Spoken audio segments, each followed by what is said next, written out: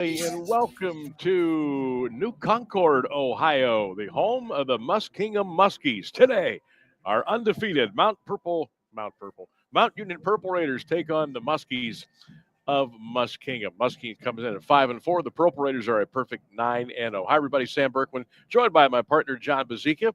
We have made it down here to the campus of Muskingum, and we are getting ready for a little OAC Saturday football here in about 5 or 6 minutes. Now, Johnny, we know that Noah Boudry is not going to go today. It is going to be T.J. DeShields, who was kind of thrown into the fire a week ago in that thrilling win at home against Marietta to keep the Raiders perfect at 9-0. Not sure what is going to happen moving forward with the starting quarterback situation with the Raiders, but we can tell you TJ will get the start today, and it's on his shoulders that they will roll. Now, a lot of things come into play here. Big emotional game a week ago. A little bit of a bus trip today. Muskies fighting for a win. If they get it, they'll go 6-4 and be over the 500 mark. So lots in play. And oh, by the way, a bye week next week, and then the postseason begins. So there's a lot to unpack. Yeah, if you're the Raiders, obviously coming into today, you want to look at last week and say that it was maybe your statement win of the year, one of two, that and John Carroll. And the impressive thing is Mount Union scoring the 14 unanswered points, Sam, late in that ball game, trailing 21-14 to Marietta with under 6 minutes left. And they end up, I guess, tightening the chin strap and tightening the belt buckle and making the plays when they need to. And as you said, TJ DeShields, first couple drives, Sam, last week, shaky. Not the quarterback that everyone, I think, expected him to be, that we know he's capable of being. But then his 27-yard pass to Tyrell Sanders going to go down in Mount Union lore as one of the all-time passes in a regular season battle amongst two OAC foes. You mentioned Muskingum today. Mount's 74-7 win over Muskingum at home last season. That was the largest margin of victory in the series ever. So if you're coming into today and you're Muskingum, you're doing a couple things. One, you're playing for respect on your home field. And two, you're playing for a chance to have a winning record. Those two things are very important. If you're Mount Union today, you're playing knowing that how impressive this win is today will have a factor on where you get seated in the playoffs.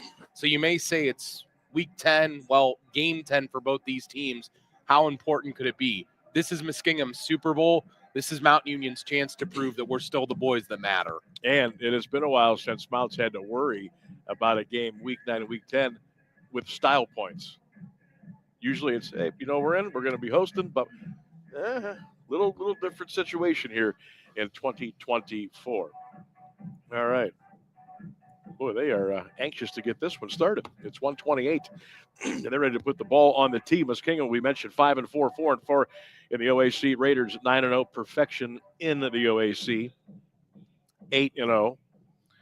Raiders, again, a thrilling 28-21 win at home against Marietta a week ago, whereas Muskingum took care of Capital 51-20 just 7 days ago. 79th meeting all time between these two teams. Raiders lead the series 47-29-2. The series started way back in 1906. It's not really, it's heavily in favor, but it's not a lopsided series. Was that the first? Was that the? I think that was the Teddy Roosevelt administration, either Roosevelt or Taft at that point. Yeah, 1906. But again, the Raiders looking for their 48th win in this series. And we're going to go a little bit early. Ball is on the tee, and the Muskies will kick it off. Raiders will receive and go left to right. Here comes the return by Darnell Williams. 20, 25, 30. Darnell gets outside of the 35 to the 40, and they wrestle him out of bounds. And no flag. And the Raiders will take over 1st and 10 at their 40-yard line. Wanted to wait there a couple seconds. There was nothing malicious about the hit, but it did carry over almost to the track part. And the Muskie guys got up and patted Darnell on the helmet. He reciprocated, and that's where we'll start 1st and 10. No Noah Boudry, as you mentioned today, Sam, and I saw Caleb Brown in street clothes before the game as well defensively. So the Raiders going out with a couple of studs each on each side of the ball today. Motion to the near side goes back to the left. 1st and 10. It's TJ handing it off to Echeverry. Tyler over the right side. He'll get to the 40 and be taken down at around the 41-yard line. Raiders in the white jerseys today. Purple pants with the thick black stripe down the side. Purple numbers and letters trimmed in the black. Purple helmets with the script Raiders on each side with the white face mask. Muskingum red jerseys, red pants, black helmets with the Fighting Muskie logo on the helmets, black numbers and letters with the white trim. TJ fires, caught. Brett Sanders across the 50, down to the 49, down to the Muskie 45, and it's a first down for Mount Union. I would have gone along with you if you'd said DJ Britt, because that is the number he wears for McKinley. Yep. Such a nice ball there by TJ DeShields. I think, Sam, we're going to get a really nice treat this week. TJ DeShields stands in the pocket tall, and he can make any throw on the field. Just almost a Joe Flacco type build. Yep. TJ rolling to the right now. He steps up in the pocket, fires a long one down there. Sanders got turned around and incomplete at the 5-yard line. He wanted a flag. He will not get it. Pretty good coverage back there by Malik Pegram, number 23 for the Muskies. We are, and we'll tell you about this throughout the broadcast today, but we are down here at New Concord, Muskingum University, the Bullock Health and Wellness Complex. And it is, they poured in $30 million to this facility. We'll be telling you about it as we go. Handoff Echeverry goes right, nothing home, goes back left. He's going to be roasted out of bounds at around the 41-yard line. So, I think it's going to be interesting to watch that chess match today, Sam. I think that if you're Muskingum, you want to make TJ DeShields beat you because he hasn't taken a lot of snaps this year. So you're going to probably put 7, 8, even 9 guys in the box at times and force your guys on the outside to go man coverage most of the day. All right, Raiders going to go twins right off the tight end left, split back, fake to Echeverry. TJ's going to keep it. He got a first down inside the 35, down to the Muskingum 33-yard line. Like the play there. Ball fake, takes it, runs it right up behind the center. First down, Mount Union. Got 2 different spots here. You have the spot on the far side that is the 33 of Muskingum. You have the spot on the near side that's the 34. And now they're having a little debate over this. Where that ball is there. That would not have been a first down. Would not have been a first down.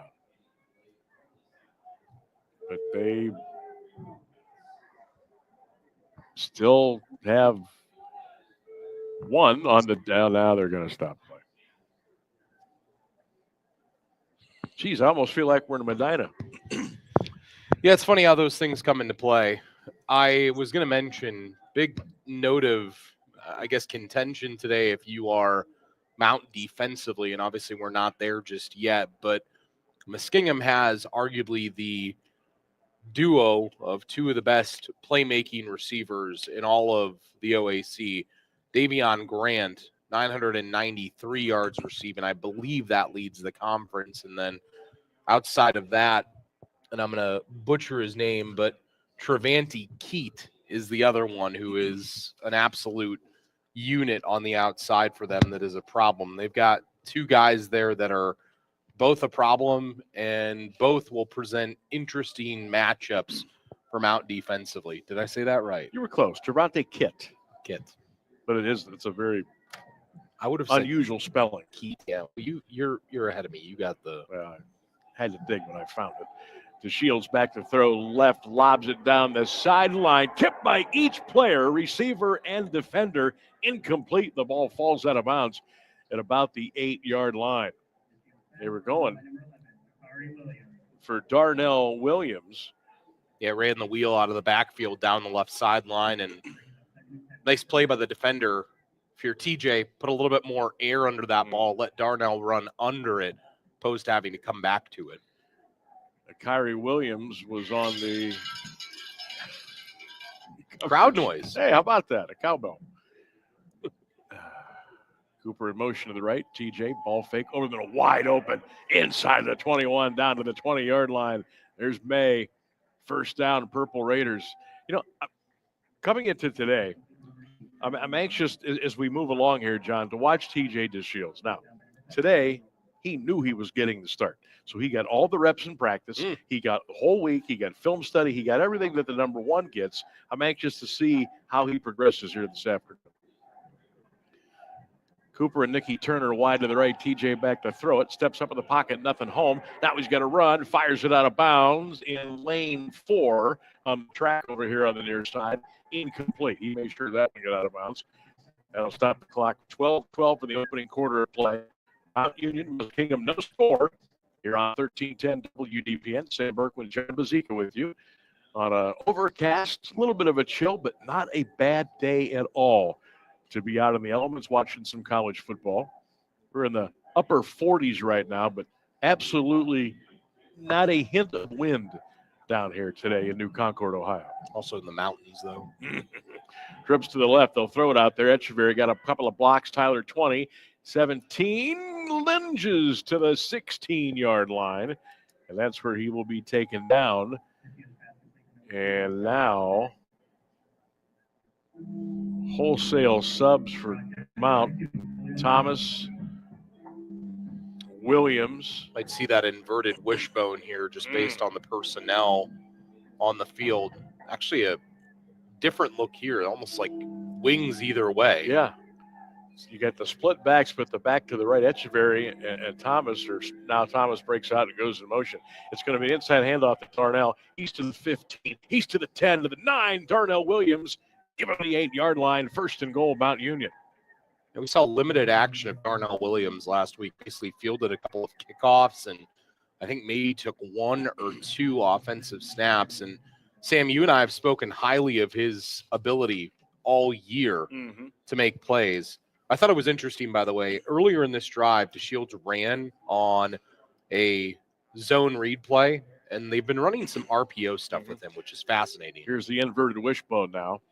DeShields, fake counter, running left. DeShields was going to keep it. TJ got stood up and taken down at the 6-yard line. I didn't know if he was going to do a late option pitch left. He did not. He kept it, turned it up, but the Muskies were kind of waiting on him there, and officially will bring him down at around the 6-yard line. Well, you've got to figure when you go back to the offense that TJ played in high school, West Branch's offense is predicated a lot on RPOs and on, different abilities for the quarterback to use that zone read to his ability and to his strengths. So he's not immune to running the football. He knows how to do it. All right now, Purple Raiders, Echeverry to the right. Crossbuck block. TJ throws it wide open. There's my guy in the end zone, the tight end, Drew Sims. Nobody near him. Touchdown, Mount Union. Little delayed block on the line by Drew, and then kind of curled his way over the middle, and just a delayed little pop pass into the end zone. Almost a similar design to what we used to see out of Tim Tebow with that jump pass. It's just that TJ is so tall, he doesn't need to jump to get that ball over the line. So the Purple Raiders, Hawaii is in to kick again today. Yvonne Merrick there must be an injury or something going on there. And the kick is up and good by Randy Tawaya, and we'll take a timeout. 7-0 Purple Raiders. 10:09 in the first quarter of play. Mount Union football continues in a moment on 1310 WDPN. Smart. Who rides SARTA? You do. You, your neighbors, coworkers, and the people behind you in line at the grocery store. Our riders are moms, dads, students, retirees, and commuters. To help persons with disabilities, our ProLine countywide service picks them up and takes them direct to their destination. SARTA riders tell us they appreciate all the places we take them and how we help the community. That's how you get SARTA Smart. Visit sartaonline.com/smart. For over 80 years, Montfort Glass has been the expert when it comes to glass. Back here at Muskingum, Sam Burke with John Bazika, Mount Union 7, Muskingum nothing. Buckeyes lead Northwestern 21-7 at the half at Wrigley Field in Chicago today. Swag gets his foot into it. Line drive. It's going to be returnable at the 5, return 10 to the 15 to the 20. Ricky tackles to the 25 and up to the 20.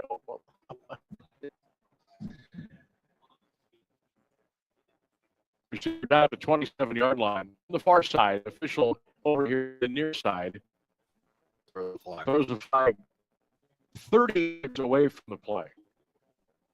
But by gosh, he saw something. I don't always be the guy that harps on officials because I feel like I've done it a lot recently.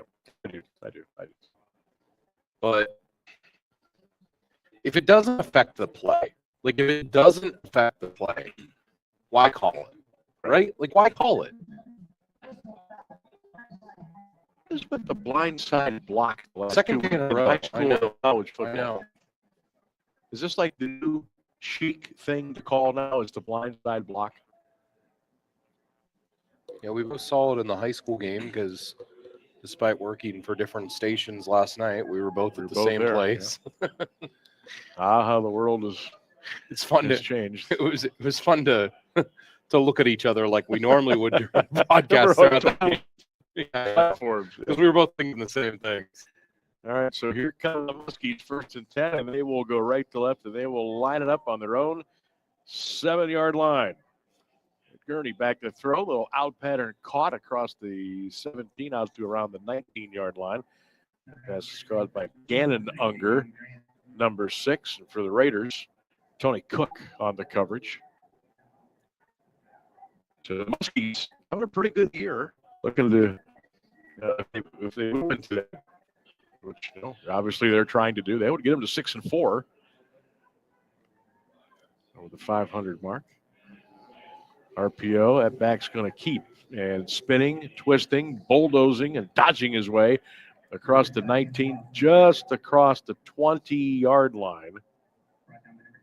So said Davion Grant, the one wide receiver, Travis Roberson, one of the other wide receivers, and Kit, the other guy who is the issue. And they're all lined up wide to the left here in kind of an obtuse triangle. See which one gets the route. It was Grant who caught an earlier pass. Hill was the ball carrier. There's a bubble screen caught across the 20 to the 25 to the 26-yard line. That's Roberson, and that's enough for a Muskingum first down. Jazz Jackson on the tackle for Mount Union. Man, it feels like we're outside. Folks, you wouldn't believe if we told you. No, they would. What we are actually broadcasting out of, and we'll try to set and paint that picture for you. But we are basically in a wellness center, diagnostic center. We're on level 2 of this, what is over $30 million complex. There's a handoff. They're coming across the left side, and the Raiders are all over it, and they'll blow the whistle dead there at the 26-yard line. 1, 2, 3 Raiders. Rossi Moore leading the charge. Marcus Jackson. But basically, this, and I don't want to call it a building. It's more of a complex. I would say you misspelled behemoth. Yeah. It's a state-of-the-art complex. Spaces for academics, athletics, recreation, health, and well-being for the campus community. But I guess I would say the proper press box is up on level 3. And why we're up there, I don't know. But we are on level 2, and we are broadcasting for.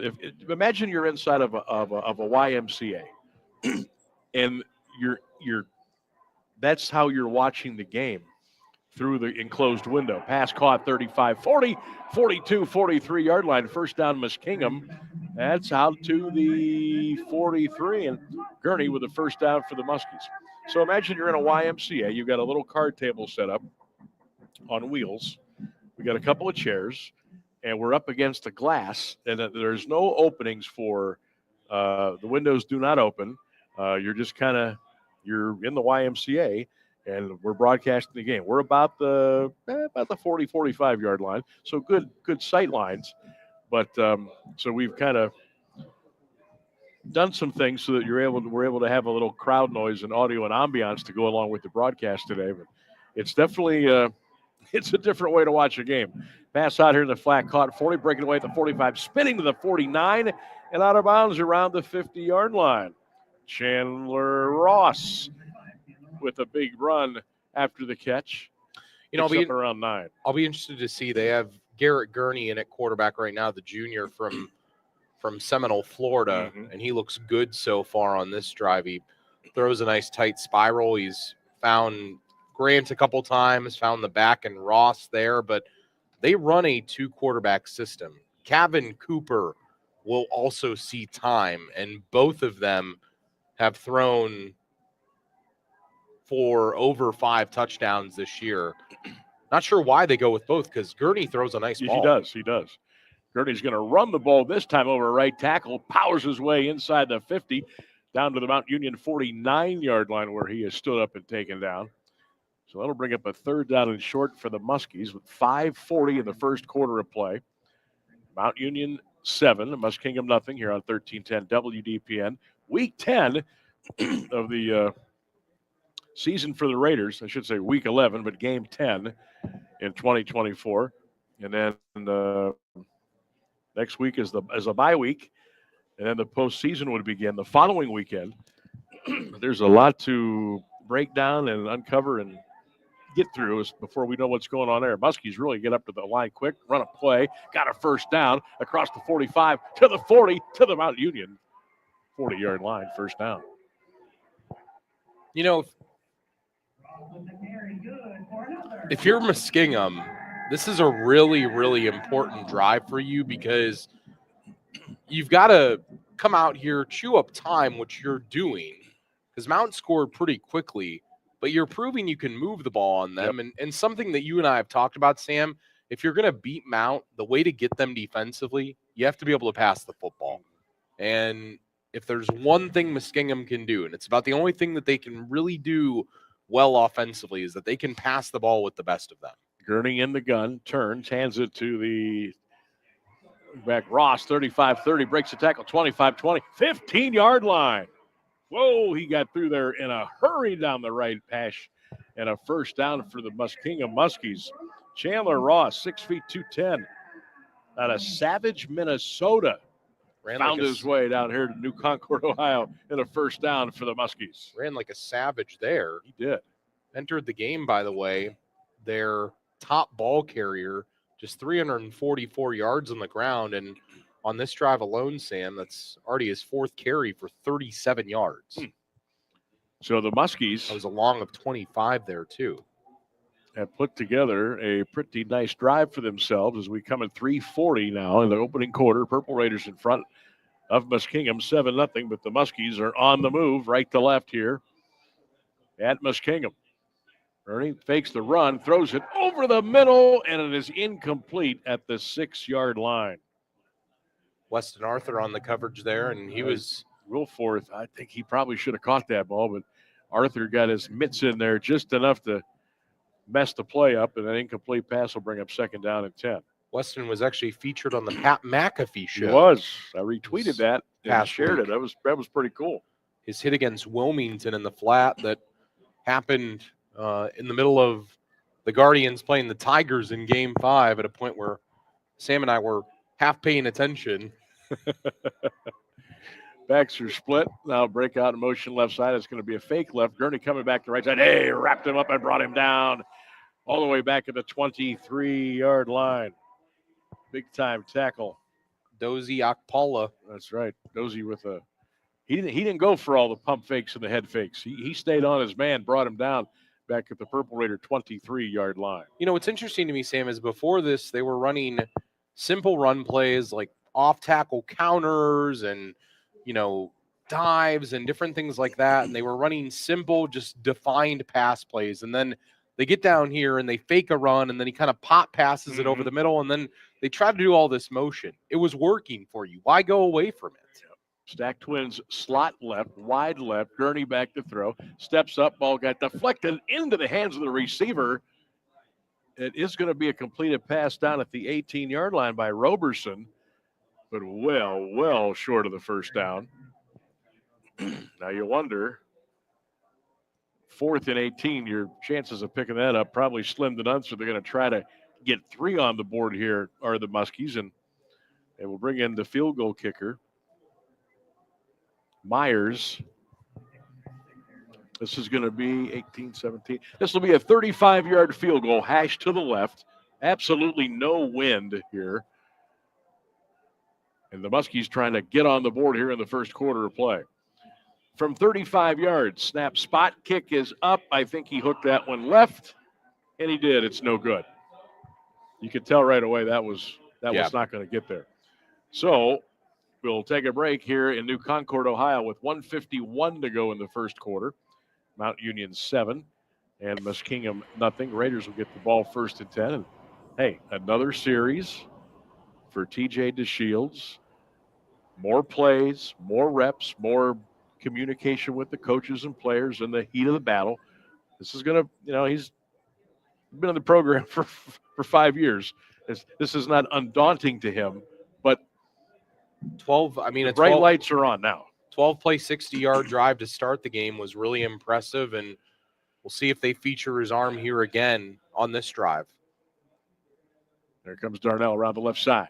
15-20. Darnell put the speed on, 25, and he tiptoes out of bounds around the 29-yard line. So Darnell Williams has a nice run, but they immediately take him out. And Echeverry now will line up over here. All year it feels right like Darnell has been close to breaking like a 70 or 80-yard run.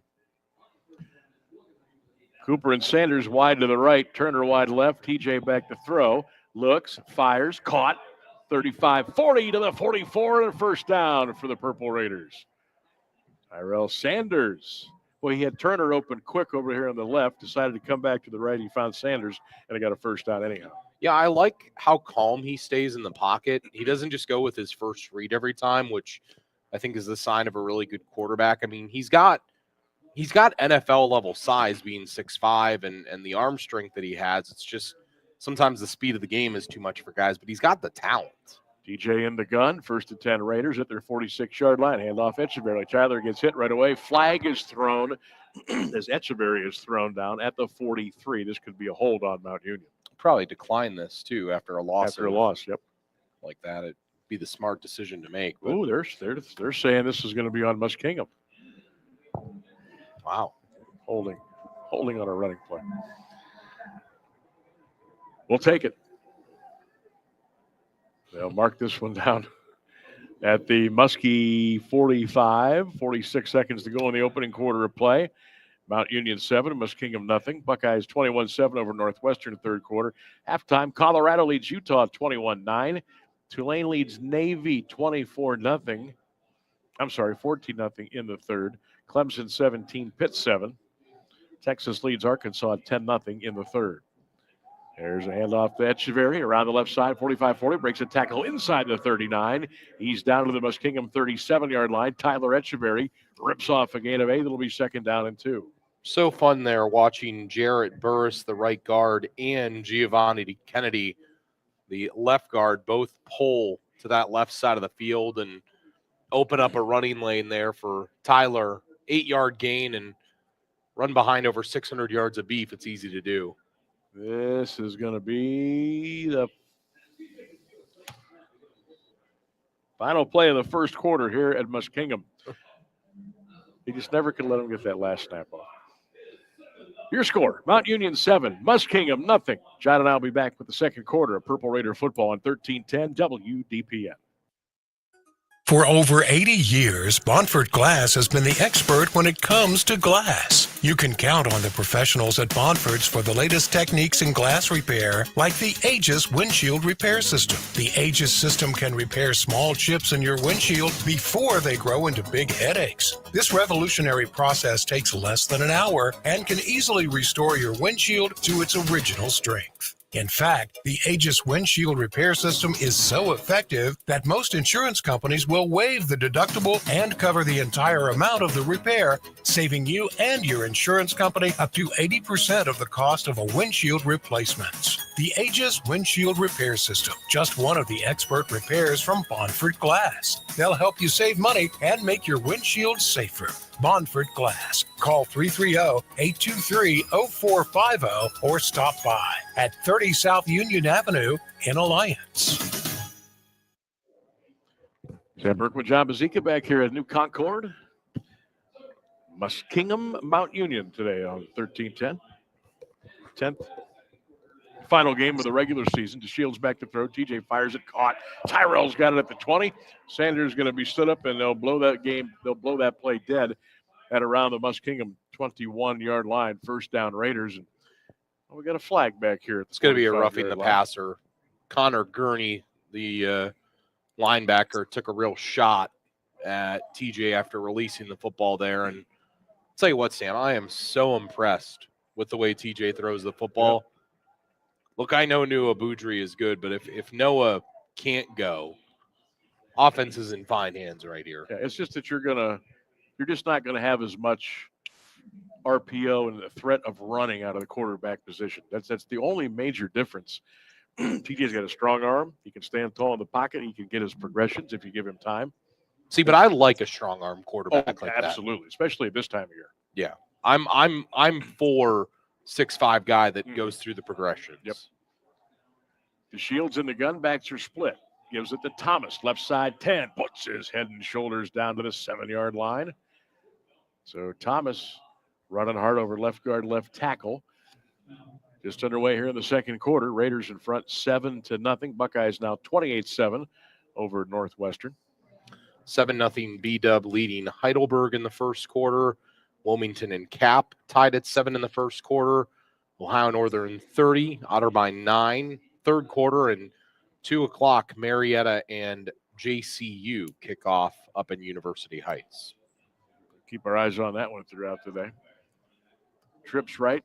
Cooper breaks out of it left, now goes back to the right. TJ in the gun, gets the snap, goes back to throw. He looks, he runs.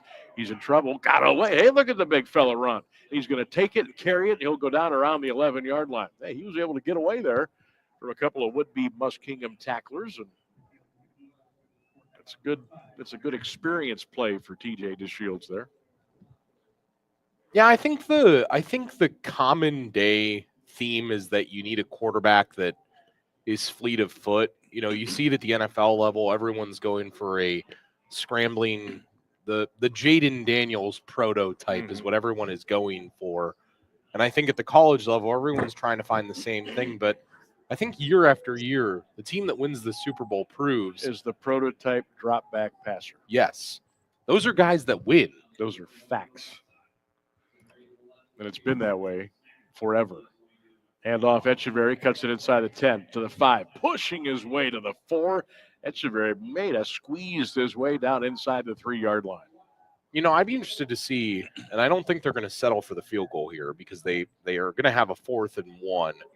But without Yvonne Merrick, what's your confidence on Randy Tawaya to make this kick? Well, the only way you find out is put them out there, but they're going to go for it here on 4th and 2 at the Muskingum 3-yard line. Echeverry behind his quarterback. He'll give it to Tyler. To the right, to the left, didn't get it. Muskie stopped him short of the first down, and they'll take over 1st and 10 at their own 3-yard line. So the Raiders turn it over on downs with 12:35 in the first half. And, John, over the years, that's just an automatic touchdown for Mount Union. This year, it's either a turnover on downs or not quite getting to where you need to get. And that's just one of the small differences that we've seen this year over the past couple of years, 5-10 years, that it's just the little things, right, like that. I mean, you typically, we're going to break, it's 14-0 Mount Union. Well, now we're not. And that is a case there where having Noah Boudry's ability to keep that on that zone read right. makes a difference. Yeah, because you know pretty much the TJ is not going to run that ball. They're going to give it off, and Muskie's kind of, loaded the box here a little bit and kept the Raiders from getting that first down. Meanwhile, Roberson gets a carry over right tackle across the 4 out to we'll give it the Muskingum 6-yard line. 12-12, clock running here in the first half. 7-0 Raiders on 1310 WDPN. Well, if you're Muskingum, you've proven you can move the ball once. You probably know you can do it again. And if you're at that point, you got to feel, hey, we should be up in this game 14-7. Muskie's backed up on their own 6-yard line. Twins right, slot right, wide left. Unger's going to throw. Short man Roberson got it at the 10. rumbles his way out to the 15. Raiders having a tough time bringing him down, and they're actually going to give him progress to the 16, and that is enough for a Muskingum first down. Yeah, Ross, they're back there running hard. Pretty big size, too. He is. He's a nice-sized kid. I'm telling you, Sam, offensively, they're sneaky. They're sneaky good on that side of the ball. I think because of the record and because of them being Muskingum, who a lot of people have kind of always considered the I don't know what you want to call it, the trash can of the league. One of the bottom feeders. Yeah, they're tough. Ross is 6'1", about 210 pounds. Or Roberson, I should say. There's a handoff over the left side. Roberson. Yeah, you're right, Ross. Yeah. And they will mark that down at the 18-yard line. 10:48 to go in the first half. Raiders up 7-zip. Well, and I think it's really important to Muskingum to define a rushing attack here early in the game. And so far, they've had success doing it because they make their bones passing the football with a couple of the best targets in the OAC. Muskie's second down at 8. Running back to throw over the middle. Pass is caught to the 22, out to the 23-yard line. That's Trevante Kitt with the catch. Going to be short of the first down. This will set up a 3rd and 3 for the Muskies, and they're right up to the line ready to roll. It's the hard count, yeah. Muskie's going to go wide right, almost a double slot over here to the right-hand side. Garrett Gurney out of Seminole, Florida, the quarterback. Turns. It's a bubble screen. Caught across the 25 to the 26. And that's going to be a first down. Roberson. They've got some athletes, Sam. Yeah, they do. And you know what? When we came down here today, we walked in the complex, the monstrosity that is, and we saw a beautiful indoor practice facility with a track and a turf field and obviously the wellness center and all the amenities that come with this. They're having visitation day. There was a lot of high school football players here today from around the state of Ohio and wherever. Kids are going to see that and say, hey, this, you're making a commitment here. And that's going to get more numbers in the program, a little bit more talent. And that's how that's how you build things and move up the ladder. Perfect storm here for Muskingum. You got 8 minutes here. The pace that you're moving at right now, score with like 2 minutes left in the half. You put TJ into the 2-minute drill, see if he can execute it, and then you get the ball coming out of the half if you're Muskingum. Yep. I mean, this is the game you wanted to be in. You wanted to make it quick, and you wanted to make it low scoring, and you wanted to see if TJ DeShields could beat you. And that's the game that's being played. 2nd and 6, Muskingum. Handoff, tailback, coming 30, 34, lunging to just across the 34-yard line. Ross again. Yeah, they are doing exactly what they want to do. I blink, I look up at the clock, I look away, I blink again, and we're going to be under 8 minutes. And they're keeping bodies fresh. They're subbing 2-3 guys every time. They're going with different looks every time. Gurney hasn't thrown the ball down the field a lot, but he's been efficient when he's done it. Short, safe passes in the flat, little bubbles, trying to get people in space. Play clock now. They're very comfortable with this. The play clock is all the way down to 4. Gurney in the gun, back to throw, steps up. Now he's going to run. Now he looks downfield, fires it behind his receiver at the 39, and it's incomplete. Cook on the coverage for Mount Union. They tried to hit Trevante Kitt, and I just think QB got a little rush there and threw it behind, and it's going to bring up 4th down. Clock stops with 7:32 to go in the first half. Raiders still in front with a 7-0 lead, but it's a precarious 7-0 lead here down on the road in New Concord. Well, they have 101 total yards, does Muskingum. Mount Union 116, so Muskingum's right there. Myers gets his foot into it. Wobbler. Fair catch by May at the Purple Raider 33. So it's Mountain football with 7:25 to go in the first half of play. Buckeyes still lead Northwestern 28-7, 7 minutes to go. Third quarter in Chicago. You know, this used to be a situation too, and I think you talked about this earlier with that 4th and 2 play at the 3 where Mount gave the ball over on downs, is that this used to be a spot where Mount Union could come out and just go right to the jugular. Just send a guy deep, you know, hand it off to your best player, and just it's 14-0 and it's 21-0. You know, and I don't know that that's so much on them, Sam, as it is on the rest of the league is caught up. The Shields, delayed handoff to Darnell, 45, or 35 to the 40. Goes down. Where are they going to mark him down? Just short of the first down at the 43-yard line. One of these, he's gonna go. He's so close. So your wide receiving core for the most plays today of Cooper, Turner, and Sanders. We haven't seen Sims Mickey. has not been out for a lot of plays, although he does have today at tight end. Darnell in motion. The Shields looking, got man wide open. Cooper at the 40, breaks a tackle at the 35. He's down to the Muskingum 31-yard line. First down, Purple Raiders. The Shields to Cooper, and they'll move the sticks. You know, on Madden, they used to call that play the wheelies. You run a wheel underneath with the guy running a deep post over top, and the post by Sanders takes both the corner and the safety along with him and leaves the linebacker on an island, and they can't cover Cooper. Backs are split again with Williams and Echeverry. TJ to throw, looks over the middle, whistles it in there. Cooper incomplete at the 23-yard line. Well, that was in heavy traffic. But I tell you, the Shields threw his fastball in there, got it through everybody, but it went to the turf incomplete, second down. I love that play they run to Cooper, too. They run that so often where they bring him on that little delayed wheel that just times up so well. And I think the key to it, too, Sam, why they're so effective with plays like that, the route running that these guys are under is so precise and efficient. Just really, really impressed every time by the 3 wide receivers. Matt Anderson in, tight left this time.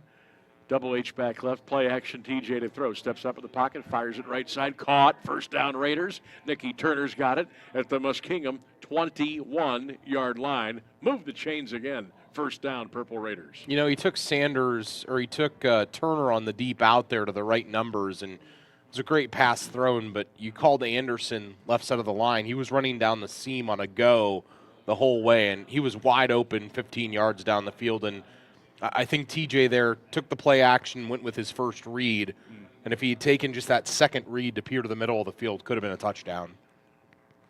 Motion to the left side, Echeverry. TJ's going to keep it on a run-pass option, and TJ showing a little bit of spunk as he takes it inside the Muskingum 15 to the Muskie 13-yard line. That's a gain of around 8 yards. Even switched hands on the ball, had it in the left hand, protected it with the right hand. Very smart. In case the ball gets out, it'll go out of bounds more times than not. I'm impressed. Telling you. Old guy can run. He waited his turn, bided his time. Obviously not in the situation that he probably would want, but when somebody goes down, you got to step in, and my gosh, he's been in the program. Next man up. So it's get up and go, and he's doing exactly that. 7-0 Raiders. Getting a little deep here in the second quarter. Play action, TJ fires it. Sanders couldn't hold on at the 2-yard line. Incomplete. Kind of had the cross coming across the middle there with Sanders. That was really the only route that would have been a throwable ball. You had Cooper in the flat right side. You had kind of a deep out left side by Turner. Neither of those were open. I don't really like the play design. There's really only one place you can go with the ball, and it's over the middle of the field. Give him more options. Turner going to go wide to the right this time. Your boy Sims is in the play. There we go. Come on.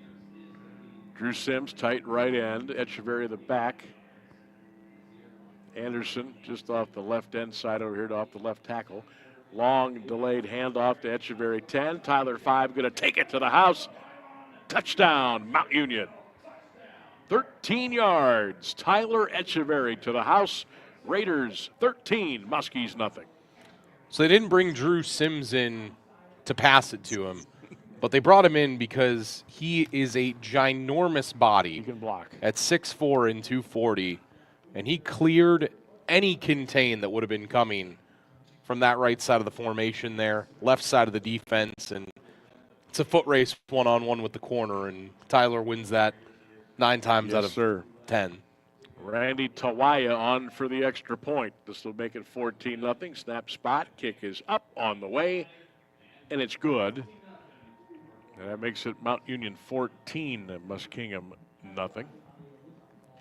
We'll step away from New Concord and come back with more Purple Raider football. 1310 WDPN, Q92RadioSports.com. Hey, man, good to see you. What brings you out here today? Need to pick up a few tools. You? I need new kitchen cabinets, countertops, maybe even a whole new kitchen, but I can't get any help or find what I need in this place. You need to go to Robertson's for that. Robertson's Kitchen and Bath Gallery is an American Standard plumbing registered showroom, and their knowledgeable consultants have the training and expertise to actually help you get what you need without breaking your budget. Visit Robertson Kitchen and Bath at 2155 West Main Street in the Alliance Industrial Park, or visit them online at RobertsonKitchenandBath.com, where amazing meets affordable. Got a little echo there at the end. I felt like we were at Ebbets Field for a moment. A little bit. 14-0 Mount Union, 4:42 to go in the first half. 7-play, 66-yard drive, 13-yard run by Echeverry. Tawaya kicked very high, very short. Fair catch called for at the 15-yard line. So here in Muskingum, one side of stands, obviously over here on the home side. No bleachers on the other side. It's nothing but a hillside with a couple of sets of the old school cement steps coming down from the driveway that encircles part of the facility here. They got the football field, they got the hill, they got the track, and then you go up top, which would be, I don't know, mezzanine level-ish, sort of. And that's how you kind of make your way through the campus here and the dormitories and the different buildings and the like. And they've got a couple of sheds over there, a couple of cars that are parked. And then if you just want to sprawl out on the hillside, which some folks have done, and that play's going to get out to the 36-yard line, and you could just, get out your folding chairs and set them up and sit down and watch the game. That's a great view over there. It's 54 degrees. One guy is wearing shorts. Yeah. I know that was me last year, but yes, I'm a man now, Sam. I wear pants. All right, I got to be honest with you. I'd be perfectly happy with a card table set up over there on the hillside and a little electrical outlet, and we could go to work. Little generator, get that buzzing sound in the back. But it is what it is. And we're making the best of it here. Hope you're enjoying the broadcast. Unger play action, rolling to the right, looking downfield. He just turfs that one incomplete out at the 43-yard line. Nobody really close except Javante Kitt, the wide receiver. That'll bring up second down. Yeah, I don't really think that those slow developing plays like that are gonna work too much against Mount Union. They just get into the backfield too quickly. And what was working so well on that first drive, Sam, was it was quick, intermediate passing routes that allowed your guys to win one-on-one or beat the zone, and that's the only way you can do it. Unless you break a big play. Yep. Twins left, slot to the right, Unger in the gun. Muskie's 2nd and 10 at their 36-yard line. He'll go back to throw. A little safe pass in the bat. Ross has got it. He'll be twisted and taken down at the 35-yard line. Rossi Moore led the defensive charge for the Purple Raiders. 3:40 to go first half, 14-0 Raiders. Stick around, halftime activities coming up. Jeff Mears with the news. We'll have the weather, some other good stuff happening, and we'll come back here and get you ready for the second half on WDPN. Now, a little different this year now, as teams have been added to the NCAA Division III college football playoffs, so now there will be a bye week coming up next week. Unger back to throw. Pressure's on. He gets out of it. Now he's looking downfield. He throws incomplete at the Mount Union 49-yard line. And then they've also moved the championship game back. This year it will not be played until January 4th or 5th, which is a big difference than what it has been the last several years. So are you and I going to be eating pork and sauerkraut somewhere in Missouri then a couple days before? Lord knows. Championship game this year is in Houston, Texas. There's a spiraling punt that didn't turn over. May picked it up, and he probably wishing he didn't, as he's dragged down at the 31. Raiders will take over 1st and 10 with just under 3 to go in a 14-0 lead. So a lot different this year as far as the playoffs are concerned. The bracketing, of course, the bye week we mentioned, what the rankings are going to look like by the time everything is done today. So it'll be interesting. Now, I am assuming we will find stuff out tomorrow, right? Yeah, or is that Monday? Yeah, I think it's either tomorrow or Monday. I know the selection show will be held over the next couple days. Okay. I think it's sometimes they Monday. make it wait till Monday. Yeah. DeShields back to throw. Got time. Throws a deep ball right side. Caught. Sanders at the 20-yard line. He's to the 18. First down, Mount Union. What a pretty ball by TJ. Sanders caught it. First down, Raiders. You know, it's interesting. Sanders stopped and went twice He did. during that route. He He did. stopped right at the line, jab stepped his guy, and then went to get open. Then he looked back. He was like, well, TJ's not throwing me the ball. And then he released the ball, and he went full jets and caught it in stride. Beautiful, beautiful pass. Cooper in motion right, comes back left. Turnaround here to the left. Sanders to the right. TJ gives it Echeverry 20. He'll be taken down at the 19-yard line. No gain. You know, it is very dark, very overcast. They have not turned the lights on here. And I'm guessing they're not going to. So it gives it a little bit of an eerie feeling. And, of course, we're inside the Wellness Center where the place is all lit up. So you're getting all this reflection into the windows. I can turn the lights off for us. You know what? I might have you do that maybe in the second half. Want to feel a little sleepy in here? Hey, there's lots of training tables to lay down and take a nap in here. I was going to say that actually sounds kind of good. I'm telling you. I might do that. We might take a little 15-minute nap here at halftime. How about that? How you like that, listening audience? People underestimate the power of the power nap. It truly does refresh you in a weird sense. Yeah. You know, we don't want to be taking a power nap driving on the way home, so No, it's an It hour might- and 15-minute drive. it might behoove us to catch a little shut-eye during the halftime. 2 minutes to go. The made-up 2-minute timeout in college football. 14-0 Purple Raiders. You know, 10 minutes ago, you and I were talking, and the total yardage in the game was Muskingum 101, Mount Union 116. Since then, Muskingum has had 10 total yards. Mount Union has had a total of 115 yards as the lights. And the let there be light. I mean, I'm really surprised they had not turned them on earlier. But it is really dark and overcast. Now, it's no rain in the forecast. They bug this room. Somebody listening to us? I don't know. Oh, that might not be good. Well, we're never coming back, right? Probably not. Don't look for Berkman and Bazika to be here in 2026. I vowed to never go back to Wilmington years ago. First, second, and 11, I should say. Raiders, TJ to throw, steps up in the pocket, nothing home, rolling right. TJ looking downfield, fires it into the end zone. Anderson, incomplete. He motioned Nicky Turner to kind of come back, and then Anderson kept going. He's got a little hitch in his giddy up as he comes back to the huddle. Incompleted pass, 3rd and 11, Raiders. A minute 52 to go in the first half. Mount leads at 14-0, and they're at the Muskie 19-yard line now. Sub Anderson out, bring Tyler May in. First time, I think, Sam, that we'll see 4 true wide receivers in on a play. You'll have Turner and Cooper coming left and May and Sanders going right. I'm not sure which side of that is more dangerous. Recently, it's been whatever side Tyrell Sanders is on. Here we go. 5-man rush. TJ rolling to the right, looking, fires. Incomplete for Cooper at the 6-yard line. May have overthrown him a little bit. Here comes Randy Tawaya. We're going to find out if the young man can put a field goal through the pipes here. This is going to be a 37-yard attempt with a minute 46 to go. Randy is the kicker now. We don't know what is going on, except there must be an injury with Yvonne Merrick. We haven't been told anything. But Randy Tawaya will attempt the field goal now. This will be a 37-yarder. Snap spot. Randy gets his foot into it. It's up. It's no good.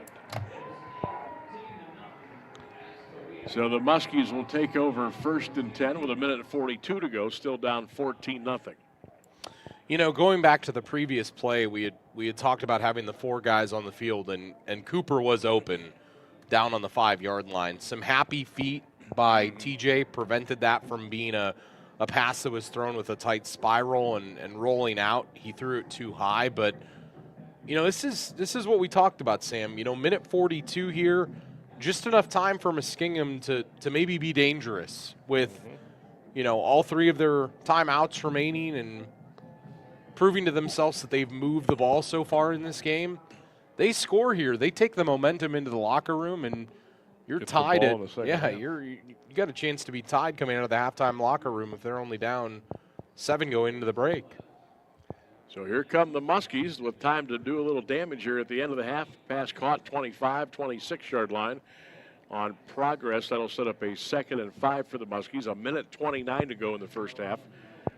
Muskingum on the move now. Raiders with a 14-0 lead here on this overcast Saturday afternoon in New Concord, Ohio. Unger back to throw. Whistles at deep left side. Caught. First down, Muskies at their 39-yard line. Gurney throws a really nice ball.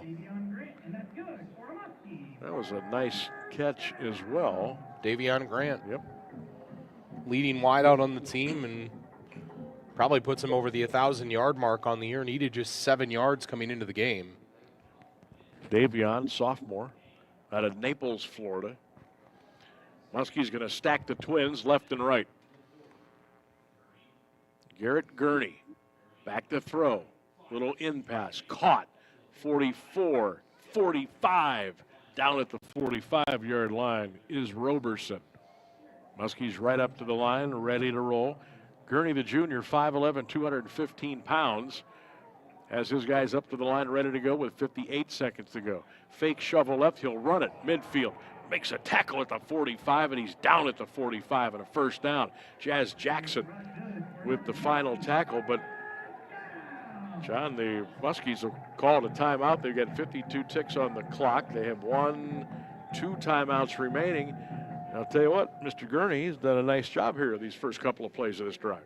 Yeah, I mean, he's continued to make good decisions, and, you know, the whole game to this point, Mount Union has allowed Muskingum to move the ball, and I don't think Mount has taken advantage of their opportunities to maybe kind of close this game where they could have, and he's now 12 of 16 for 82 yards, and Davion Grant, 3 catches for 35, and tell you what, Mount Union has been back on their heels on this drive, and I didn't think we'd be saying that. I know that you brought up the point, Sam, coming down here about offensive line and defensive line play and saying that you didn't think Muskingum could keep up, and I felt the same way, and that has not been an issue so far. Not at all.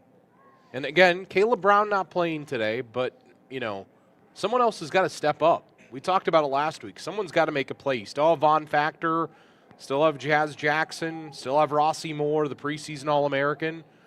Got 52 seconds left here before the half. Make a play. Don't let Muskingum into the end zone. Gurney in the gun.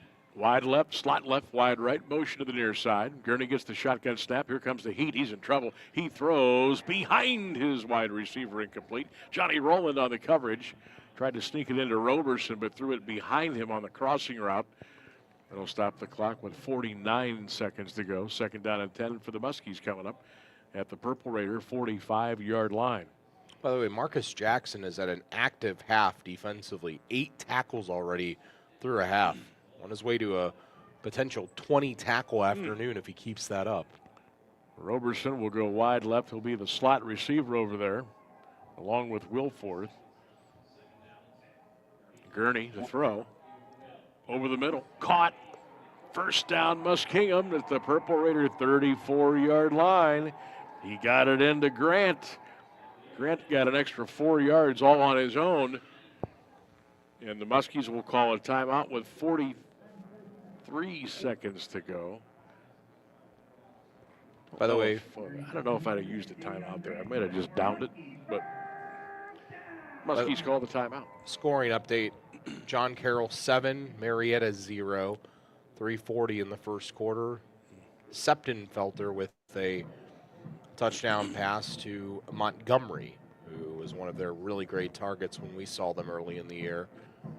John Carroll only losses to Wisconsin Whitewater and Mount Union, and Marietta's only lost to Mount Union last week.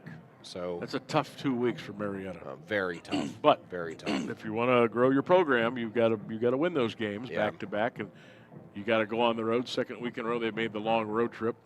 Now, John, let me ask you: if Carroll wins that game, they finish 8-2. Marietta finishes 8-2. Mount wins here; they'll finish 10-0. I don't have all of the rankings point by point in front of me, but does John Carroll or Marietta have any chance at all to get in the expanded field? Common sense would tell you yes, but sometimes that's not the rule. Gurney rolling right, he'll fire that one. Is it a catch? No, incomplete at the 33-yard line. I mean, I think based on but this is what I keep going back to, Sam. How strong is the OAC this year?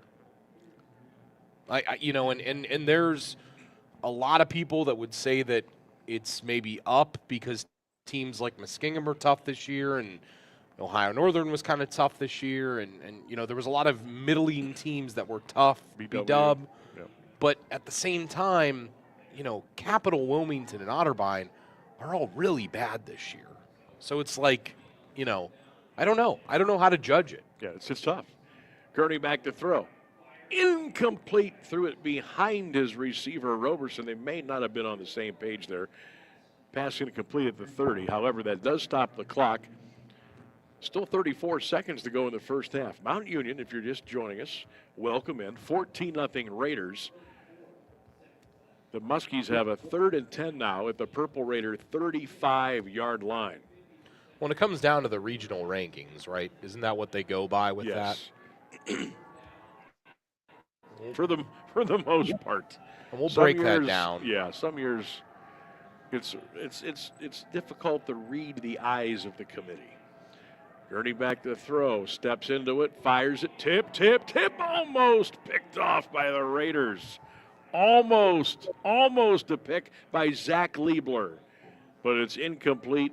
4th down for the Muskies, and they'll have to roll the dice and go on a 4th and 10 at the Mount Union 35-yard line. Right now, Mount Union is 1st in the regional rankings, as that region again, Region 4, they're 1st, Marietta 4th, John Carroll 7th, and there's a couple of big games today that are both top 7 matchups. We'll talk about those here in a second. And there was a couple of big upsets last weekend, by the way, which we'll get into. Whitewater went down, as did another powerhouse. Free play. Raiders jumped off sides. Now, why wouldn't they? Wow. Why wouldn't they just let that play continue? That's what the Muskingum, that should be a free play.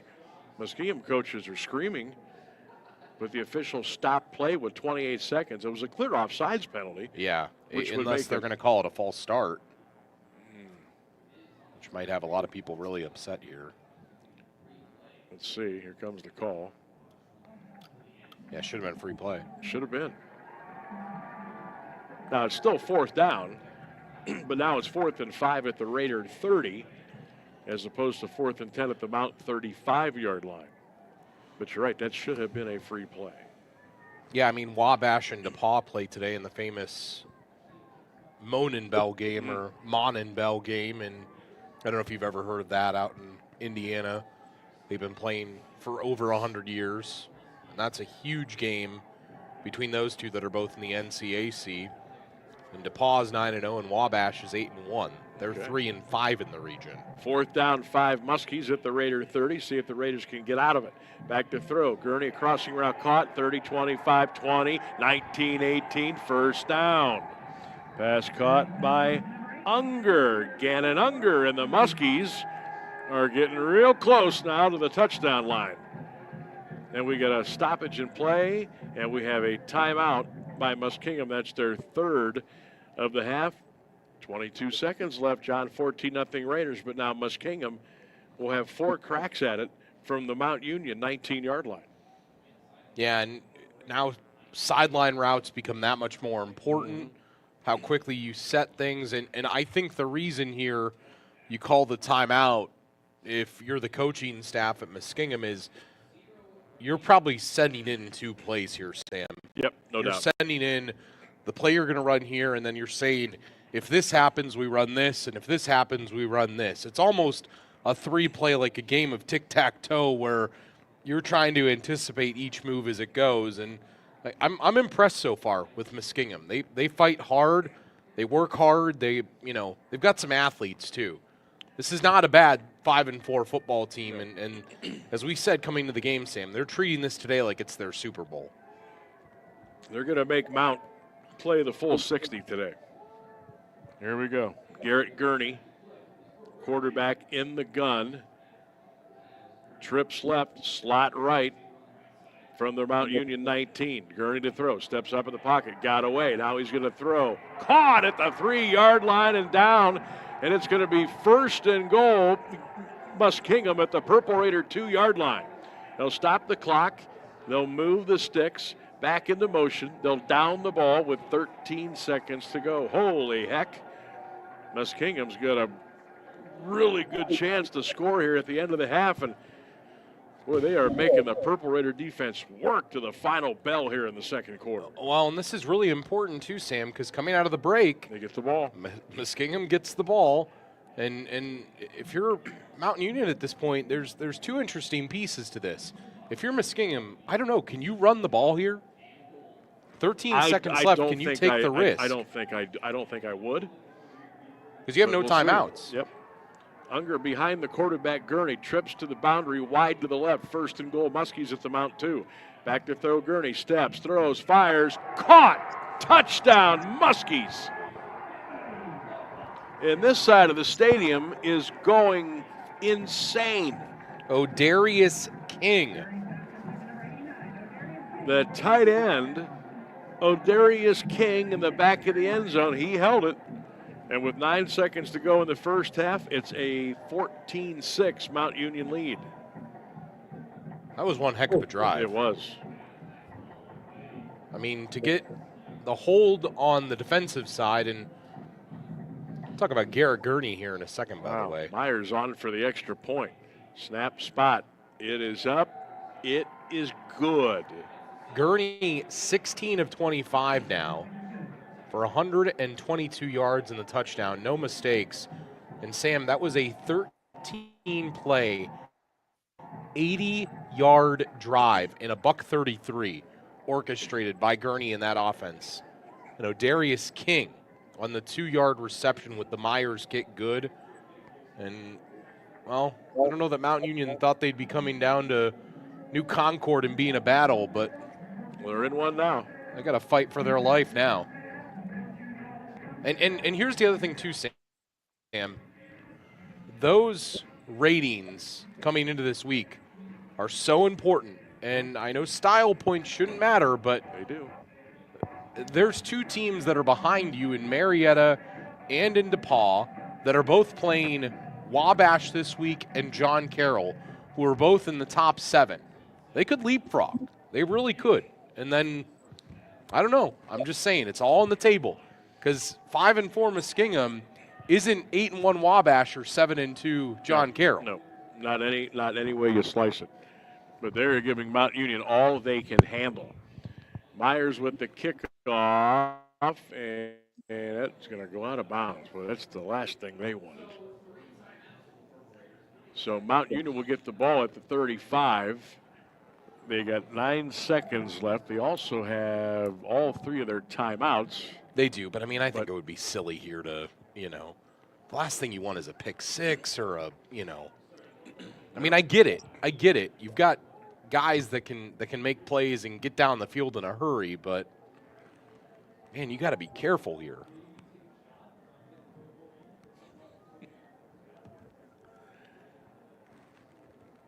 So let's just see what the Raiders do. 9 seconds to go. They got 3 timeouts. 1st and 10, Mount at their own 35.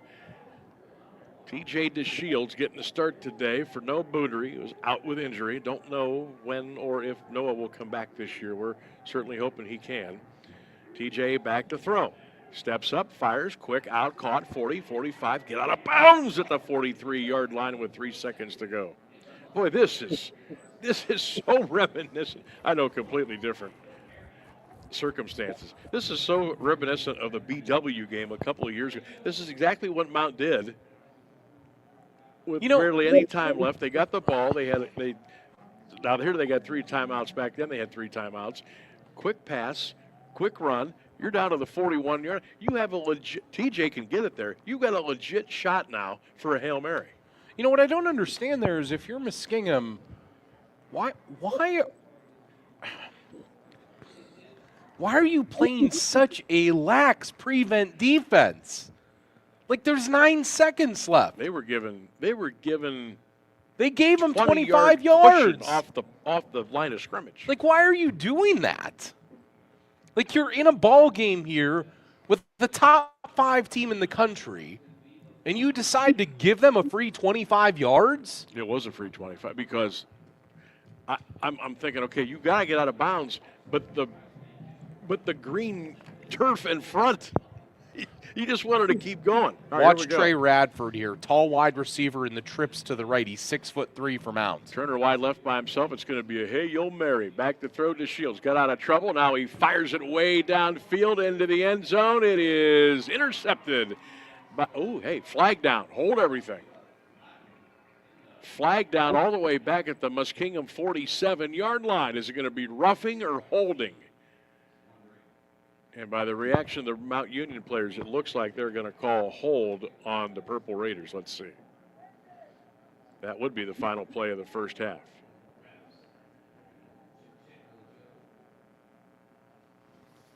Wonder if we can pick it up on our crowd mic. You mean the one that's jammed and suction cupped up to the window? All right, here's the call.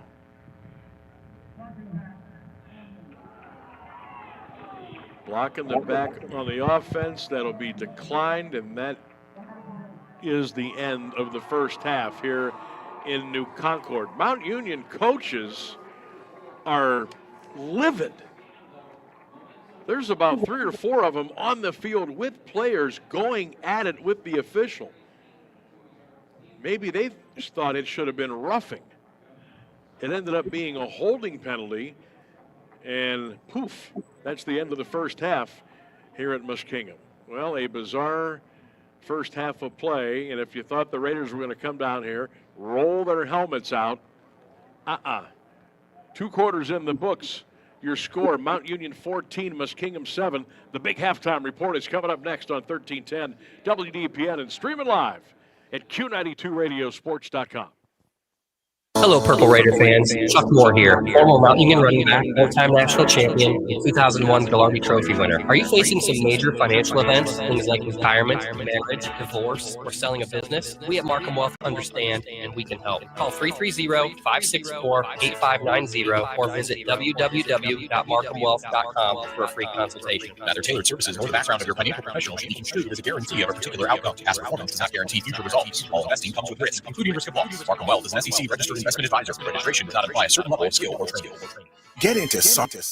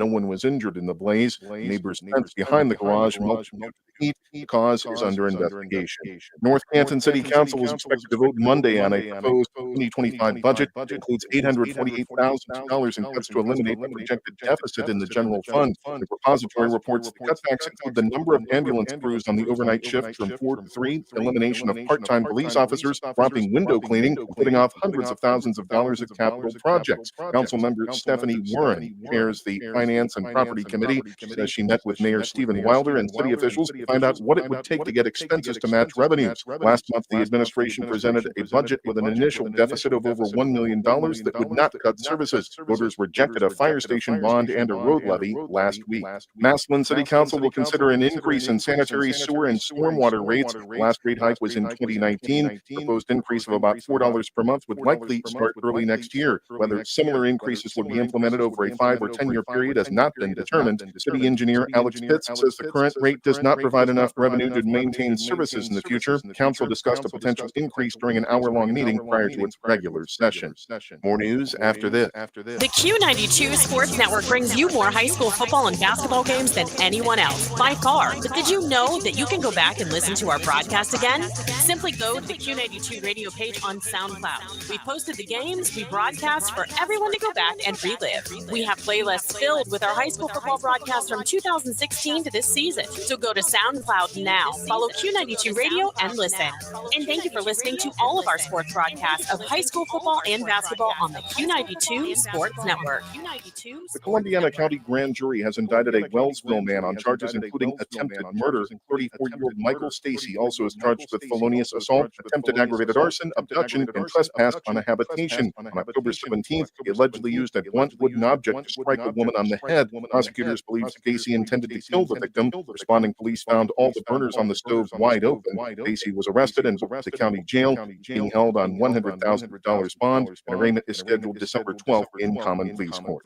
A woman is alleged to have stolen money from elderly victims and a nursing home in Calcutta. 39-year-old Heidi Schaus of Monongahela, Pennsylvania, appeared Friday in Columbiana County Common Pleas Court. He was indicted on charges of theft from a person in a protected class, forgery, and theft. Schaus is accused of forging checks and stealing over $14,000 from the victims between May and August of this year. A woman is dead and a man hospitalized following a single vehicle crash in Beaver Township. Highway Patrol says it happened around 11 a.m. Friday on State Route 7 near the Ohio Turnpike. An SUV struck a utility pole and caught fire.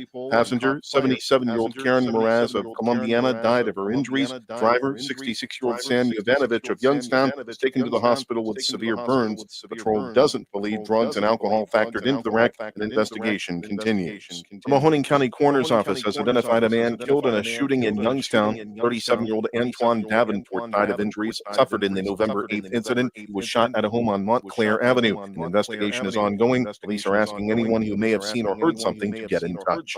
A man is formally charged with a fatal beating in Camel. 22-year-old Artrell Miller was indicted by the Mahoning County Grand Jury on charges of aggravated murder and felonious assault. They stem from the October 5th slaying of 76-year-old James Mazansky. Police initially recalled about a possible shooting at Main and Walter Streets. Mazansky later died of his injuries at St. Elizabeth Health Center. The coroner later determined his death was not related to gun violence. Police say he was assaulted. Miller was arrested shortly after Mazansky's death. He's being held in the county jail on $500,000 bond. Money from the State Rail Development Commission will assist in building a new rail yard in Youngstown. The Vindicator reports a 5-track yard would be built by Youngstown and Southeastern Railroad at a brownfield site. 15,000 feet of new track would be built, along with 6 turnouts. Among other things, the new yard will allow for retrieval of a needed rail car without disrupting other traffic. Railroad's operation is spread into Columbiana County, meaning a rail car could be located 25 miles from where it's needed. Commission and Youngstown and Southeastern would each contribute about half of the $2.9 million cost. Norfolk Southern says it has a deal with Ancora Holdings to keep the investor from launching a repeat of this year's campaign to take control of the railroad. Under the deal unveiled Thursday, Norfolk Southern will add another independent director to its board and work to further improve its operations. Meanwhile, Ancora agreed to drop its nominations of 4 new board directors to be elected at next year's annual meeting. The Ohio-based investor already won 3 seats on the board earlier this year, but didn't win enough seats to make the sweeping changes, including replacing management that it sought. Ancora appears to like the direction the railroad is moving under new CEO Mark George. We'll return you to the stadium for the second half of today's game, right after the forecast from News 5 meteorologist Mark Johnson. From the AM 1310 WDPN newsroom, I'm Jeff Meir. Cloudy skies for the most part during your Saturday. Should be dry. Get out rakes and leaves. 51 degrees for the high. Overnight, we got cloudy skies again. Fog by dawn. Our low in the middle 30s. I am RJ Weather from News 5.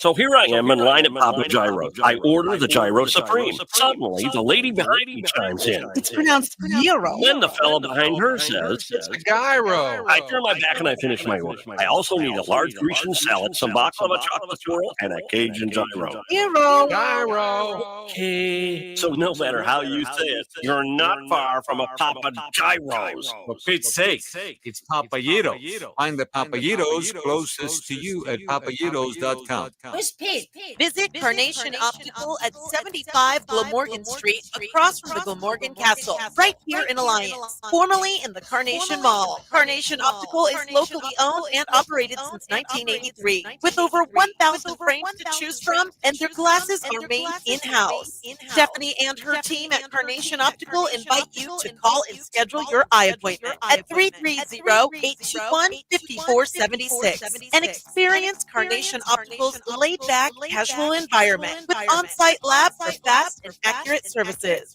Carnation Optical at the intersection of Union and Glamorgan. Come see for yourself. Hey, man, good to see you. What brings you out here today? Need to pick up a few tools. You? I need new kitchen cabinets, countertops, maybe even a whole new kitchen, but I can't get any help or find what I need in this place. You need to go to Robertson's for that. Robertson's Kitchen and Bath Gallery is an American Standard plumbing registered showroom, and their knowledgeable consultants have the training and expertise to actually help you get what you need without breaking your budget. Visit Robertson Kitchen and Bath at 2155 West Main Street in the Alliance Industrial Park, or visit them online at robertsonkitchenandbath.com, where amazing meets affordable. Gear up for game day with Grinders Above and Beyond, the spot for tailgating fun. Grinders has everything you need to make your pregame experience unforgettable. Join us for happy hour from 4 to 6 p.m. and get a taste of our homemade tailgating favorites. Planning a big game gathering? Let us handle the catering. From sandwich platters and homemade chips to soups and salads, pies, and brownie samplers. We've got all your tailgating needs at Grinders Above and Beyond. You're listening to Mount Union Football on AM 1310 WDPN. We return back in here on AM 1310 WDPN. Halftime as the Purple Raiders of Mount Union lead Muskingum 14-7 here at the half, and a dogfight on the hands of both of these teams as Muskingum will get the ball to start the second half. Going to run through the highlights here from the first half, and then after we do that, we'll take a break, come back and give you stats, and get you set eventually for the second half. First half highlights, Mount Union scored twice, Muskingum once. We'll start first. Here's how Mount scored on their first drive of the game. All right, now, Purple Raiders. Echeverry to the right. Cross block. TJ throws it wide open. There's my guy in the end zone. The tight end, Drew Sims. Nobody near him. Touchdown, Mount Union. 6-yard touchdown pass from DeShields to Sims. And Mount Union seemed ready and raring to go like they always are. And, well, Muskingum had other thoughts, but Mount Union would add another score, this time on the ground. Anderson just off the left end side over here, off the left tackle. Long delayed handoff to Echeverry 10. Tyler 5 going to take it to the house. Touchdown, Mount Union. 13 yards. Tyler Echeverry to the house. Raiders 13, Muskies nothing. So another nice run there by Tyler Echeverry. Continues the outstanding season that he's had. But then right before the half, with about 2 minutes left, Muskingum got the ball. They went right down the field in 13 plays. It was capped off with this play. Unger behind the quarterback, Gurney trips to the boundary, wide to the left. First and goal, Muskies at the Mount 2. Back to throw, Gurney steps, throws, fires, caught, touchdown, Muskies. And this side of the stadium is going insane. Very impressive drive. As you did hear the crowd noise there, peeking through on the broadcast. Sam and I had to jerry-rig that together for you guys, but we are, in fact, getting it and feeling it here in Muskingum. We'll take a break, come back, tell you about the stats from the first half. Mount Union 14, Muskingum 7. You're listening to Mount Union Purple Raiders football on the home of the Raiders, AM 1310, WDPN. Get into SARTA and get SARTA smart. Sure, we're all about Stark County, but did you know we have express fixed routes to Akron and Cleveland? Just take Route 81, that's Akron, or Route 4 to Cleveland. Shop, eat, sightsee, catch a game, or visit that other Hall of Fame. We also take veterans to their Wade Park appointments for free. Plan your next trip to Akron or Cleveland, and SARTA will get you there. That's how you get into SARTA and get SARTA smart. Visit SARTAonline.com/smart. For over 80 years, Bonford Glass has been the expert when it comes to glass. You can count on the professionals at Bonford's for the latest techniques in glass repair, like the Aegis windshield repair system. The Aegis system can repair small chips in your windshield before they grow into big headaches. This revolutionary process takes less than an hour and can easily restore your windshield to its original strength. In fact, the Aegis windshield repair system is so effective that most insurance companies will waive the deductible and cover the entire amount of the repair, saving you and your insurance company up to 80% of the cost of a windshield replacement. The Aegis windshield repair system, just one of the expert repairs from Bonford Glass. They'll help you save money and make your windshield safer. Bonford Glass. Call 330-823-0450 or stop by at 30 South Union Avenue in Alliance. Hey man, good to see you. What brings you out here today? Need to pick up a few tools. You? I need new kitchen cabinets, countertops, maybe even a whole new kitchen, but I can't get any help or find what I need in this place. You need to go to Robertson's for that. Robertson's Kitchen and Bath Gallery is an American standard plumbing registered showroom, and their knowledgeable consultants have the training and expertise to actually help you get what you need without breaking your budget. Visit Robertson Kitchen and Bath at 2155 West Main Street in the Alliance Industrial Park, or visit them online at RobertsonKitchenandBath.com, where amazing meets affordable. Hello, Purple Raider fans. Chuck Moore here, former Mount Union running back, four-time national champion, and 2001 Gallardi Trophy winner. Are you facing some major financial events, things like retirement, marriage, divorce, or selling a business? We at Markham Wealth understand, and we can help. Call 330-564-8590 or visit www.markhamwealth.com for a free consultation. Neither tailored services nor the background of your financial professional should be construed as a guarantee of a particular outcome. Past performance does not guarantee future results. All investing comes with risk, including risk of loss. Markham Wealth is an SEC registered investment advisor. Registration does not imply a certain level of skill or training. We return back in here again on AM 1310 WDPN. Halftime, Mount Union 14, Muskingum 7, and a look at some of the halftime numbers. First half, much tighter than I think a lot of people thought it would be. 15 first downs for Mount, 12 for Muskingum. Total yards, Mount 255, Muskingum 186. Passing yards, Mount 179, Muskingum 122, and Muskingum ran on Mount too, 64 yards rushing to Mount's 76. Tyler Echeverry, the leading ball carrier for Mount Union, 7 carries, 29 yards, and a touchdown, along of 13. That was the score. TJ DeShields, we won't count the interception against his record because it was on a Hail Mary right before the end of the half, but he was 10 of 17 before that for 179 and a touchdown, long of 50, threw some really nice balls in that half, and the long of 50, one of the 4 catches for Tyrell Sanders, who led the Raiders with 4 catches for 95 yards. For Muskingum, 8 carries for Chandler Ross, 50 yards on the ground in the first half, 6.5-yard average basically for Chandler Ross. And Garrett Gurney, I think Sam and I were both impressed, 16 of 25 for 122 and the touchdown. Davion Grant, 4 catches, 45. Roberson, 4 for 20. Kit, 3 for 28. Ross, 3 for 16. And they didn't even list it, but it was Odarius, let me get the name right here, Odarius King, the tight end / wide receiver who caught the touchdown on a 2-yard pitch and catch, and tack it all together, and Mount Union finds themselves in a ball game that I don't think they'd find themselves in 9 times out of 10. They beat Muskingum 74-7 last year in the biggest blowout in the series' history. And now here today, Muskingum has other thoughts. They'll get the ball to start the second half when we return, as it's Mount Union 14 and Muskingum 7. We'll be back in a minute. Get into SARTA and get SARTA smart. Not sorta smart, SARTA smart. Did you know we have 32 fixed routes? Just think of all the places that'll take you. So many of your SARTA destinations to shop, eat, entertain, have fun, learn, and earn. Catch any of them at our 4 transit centers. You'll find them in Alliance, Belden Village, Canton, and Massillon. That's how you get into SARTA and get SARTA smart. Visit sartaonline.com/smart.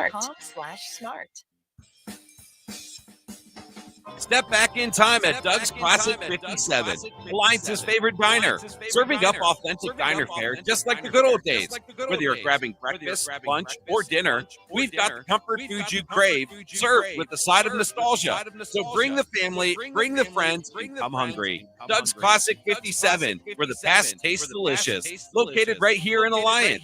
Doug's Classic 57, serving an authentic classic diner experience for over 50 years.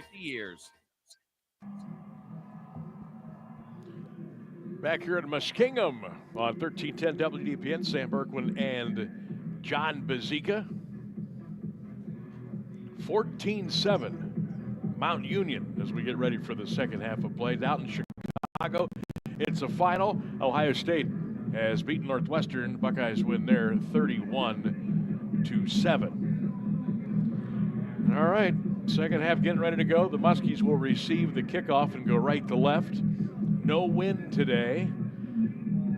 We're about 50 degrees, 51 degrees down here in New Concord, Ohio. The lights have been turned on. A very overcast, gray Saturday afternoon here in the southeast part.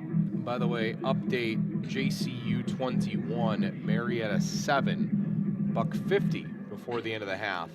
And we kind of felt how much would both of those teams have left in the tank after last week, and we're getting the answer here today. Mount with, I guess, needing a little jolt at halftime. Hopefully they made a pit stop and went to the Pilot Flying J like you and I did on the way down. Boy, that place was packed with people getting gasoline. And it's not like they were giving it away. Tawaya with the kickoff. Muskie return. Roberson at the 20, 25. Breaks a tackle at the 30 and gets slammed at the 20. Check at the 34-yard line. Tackle by the Purple Raiders. Was that Thomas? I guess it was Sean Thomas on the special teams. And the Muskies will go 1st and 10. Huge. I think like we say this every game, every year for football, no matter what sport it is. Huge opening drive for both teams here in this third quarter. I mean, it really is. Gurney in the gun. Wide right, slot left. Play action, Gurney back to throw. Steps up, fires, incomplete at the 40-yard line for Gannon Unger. I'll tell you what, Tony Cook was as close as you can be to a guy without committing pass interference there. That's all I will say. On his back. Probably should have run the ball there, too. Mount was anticipating the pass. So the Muskies 2nd down and 10. From their 35-yard line, quarterback going to keep Gurney, 40, 41, 42. Down at the 42-yard line, gain of 6. That'll bring up a 2nd down and 4. Like Marcus Jackson there for the Purple Raiders. You know, we talked about this on the way down because we were both at the McKinley Mentor game last night, but similar to Mentor last night, Muskingum found their rhythm and cadence of their offense on that last drive of the first half. And, sure did. It's on Mount Union now to make change and stop that. Motion to the near side for the Muskies, 3rd and 4 now at their 43. Gurney to throw, steps up, blocked at the line of scrimmage. Was it intercepted? No, it'll just go incomplete. Big 9-5 for the Purple Raiders, swatting that ball down. Jackson Harris, 6'3", 250, got the paw up there and made a great play. And that's something that they probably should be coaching for more in this game because Gurney only stands at 5'11", not a very tall quarterback back there. Got to anticipate his throwing lanes, and Harris did a nice job there. Myers into punt it away for the Muskies. Hangs it up high but short. May, fair catch at the 25-yard line. So Tyler, out of Oak Harbor, will give the Raiders the football 1st and 10. Just getting cranked up here, third quarter of play in New Concord, Ohio, 14-7 Mount Union. Raiders will take over 1st and 10. Again, the playoff brackets, if you will. Well, I believe the last couple of years, I think they've done it on Sunday. It's the basketball they usually do on the Monday, but I could be wrong there. But they will be coming up, and we'll find out who, when, where, why, all the good information coming up here over the next 24 to 48 hours. Etcheverry tried to get loose over right guard. Not much there. He'll be taken down at the 26-yard line. Well, and like you said, that first round, there's only going to be, I think, a total of 4 games. And those are basically like very, I think, similar to NCAA, like, you know, like. Those will be 33 through 40. Yeah, you know, of the 40, playing their 40 way teams. in. Yeah. The Shields fires down here in the flat, caught by Nicky Turner, got it across the 33 to the 34-yard line. Going to be short of the first down by about 3 yards. What do you make of the expansion from 32 to 40 teams? I mean, I like it. I'm always a proponent of expanding playoffs. I think that sometimes there are teams, and you know, we're even seeing this in the state of Ohio now with like a Delphus St. John's in Division 7 that had a 3-7 year, and they've made it all the way to the regional final. Sometimes injuries and experience and those things, I think it's good to allow more in. I'll explain why after this play. Cooper in motion, left, goes back to right. He'll get the pass in the flat caught, and he is going to be taken down at the 35-yard line. Raiders going to be short of the first down. And if you're Jeff Dart, I don't think you mess around here on 4th and 2 in your own territory, and they're going to bring out Franklin and the punt team, and Mount could not get anything going here in their first drive in the third quarter. They'll punt it away. I don't always think that the best teams are in the top 16 every single year. I mean, we've seen far too many, you know, miracles over the years of a Jim Valvano and stories like that, that, you know, the more you let in, the more mayhem there can be. Franklin drills that punt inside the 20, and it'll roll down to the 17, it'll roll to the 16, and the Raiders will down it at the Muskingum 16-yard line. Nice punt by Franklin, who is crushing them in warm-ups today. Muskies will take over 1st and 10.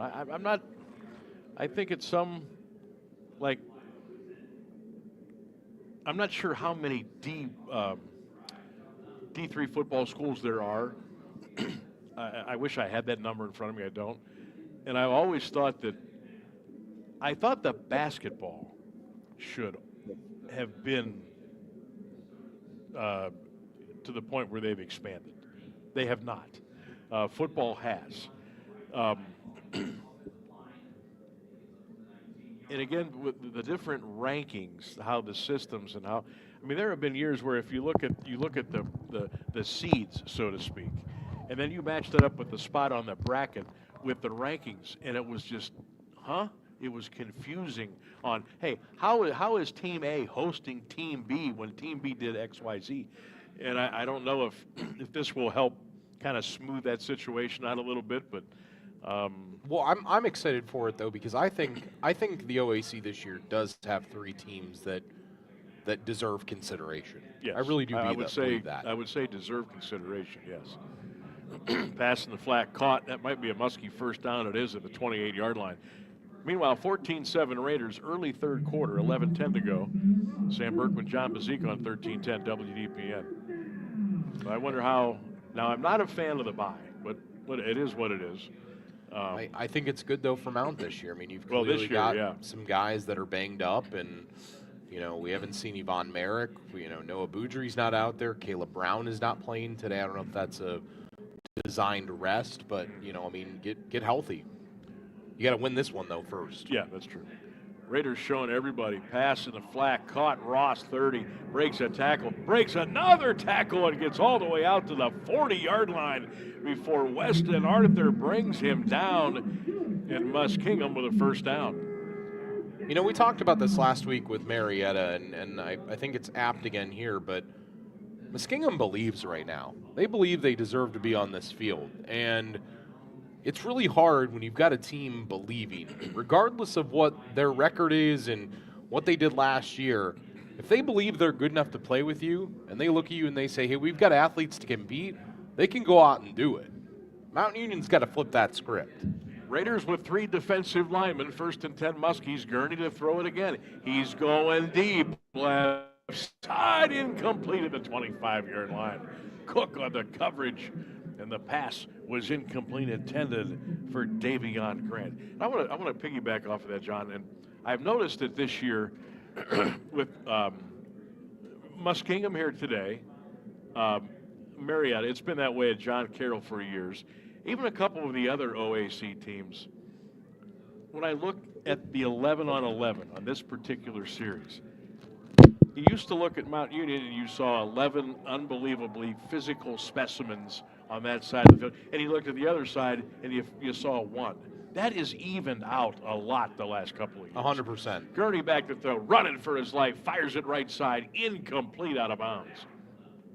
I mean, I see a guy like Ross. Big, strong kid. I see a couple of these linemen, big and strong. And it's just, there's not the amount of difference in between, whether it's the individual players or the teams that we have seen in the past. And I call it catching up the mountain or call it the other way around, whatever it is, it's there right in front of you. Oh, no question. Teams have caught up and you know, they understand the assignment now. Raiders will rush forward. Gurney back to throw, fires a pass, caught at the 50, breaking tackles to the 48. That's another first down for Muskingum. And again, it's Davion Grant out of Gulf Coast High School in Naples, Florida, in the Muskies with another first down. Well, and that adds.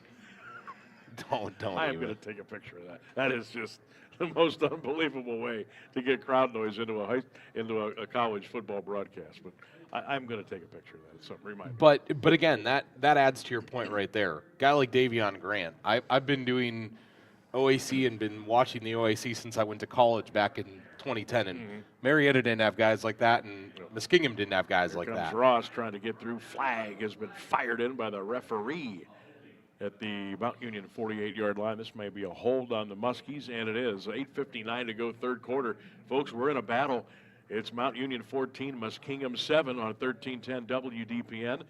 Buckeyes beat Northwestern today 31-7. Buckeyes and Hoosiers next Saturday. Indiana off this week with a bye. All of the SEC schools are playing Little Sisters of the Irrelevant this weekend, as their normal tact every college football season, week 9 or 10, before their big games are coming up. Not a lot of marquee matchups today. Motion left side. Gurney back to throw. He's going deep again, left side. Got a man. It is caught. Unbelievable catch at the Mount Union 22-yard line by guess who? Davion Grant. First down Muskies, and they are feeling it down here at the Bullock Health and Wellness Complex. You know, as I said, the scouting report on Wilmington coming in was that they had a breakout school record-setting season from Davion Grant, their wide receiver. And Sam, he is a problem. Ball player. Twins slot right left. Here comes Ross over right tackle 15. Ross breaks a tackle inside the 10. Ross to the 5. Breaks a tackle at the 4. He's to the 1-yard line. Wow. First and goal, Muskingum. And right now, the Mount Union defense has no answer for the Muskies on this drive. This place is going to absolutely explode if the Muskies score a touchdown on this drive. Pretty full below us. I mean, it's pretty good. Senior day today. A lot of other college football players here on a visit day. Muskies up to the line, ready to roll. Quick pitch up. That's going to be false start. That was a disaster from the word go. They tried to get cute, and they tried to hurry a Wildcat. 5-yard penalty. But we'll take it. You know, every time they've tried to get cute today with something, it's backfired. When they just play football, though, which is what they've done the majority of the time, they're doing the thing. So Gurney will be in the pistol. Ross behind him. Trips to the right, slot to the left. Grant wide left. Watch. First and goal. Muskies at the Raiders' 6-yard line. And some safety help over there. Rolling, peeking over. Gurney in the gun. It's going to be a quarterback draw. He's to the 5. He's to the 2. He's to the 1, and he scores. Touchdown, Muskingum. And with 6:58 to go in the third quarter, it's 14-13 Mount Union. And the Muskies are square in this baby this afternoon. Well, and what did I remember earlier in the game when I told you that after that hold on 4th down that Muskingum probably feels like they should be up in the game? They definitely feel like they should be up in the game right now. Myers on for the extra point. This would tie the game at 14. Snap spot. Myers' kick is up. Myers' kick is good. Too bad we can't bring you the full ambiance down here because, trust me, folks, it's loud outside.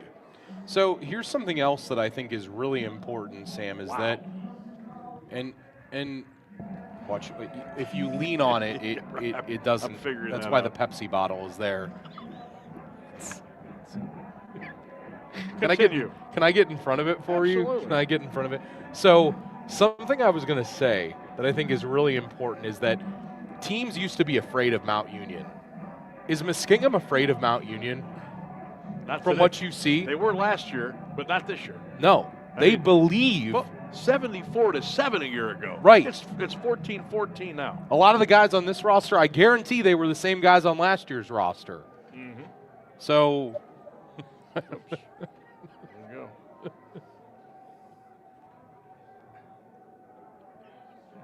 Muskies with the kickoff. Myers gets his foot into it. Here comes Darnell at the 5 to the 10. All the way across the field to the 15. Gets outside of the 20. Shake and bake to the 25. Flag down. You know what that's going to be.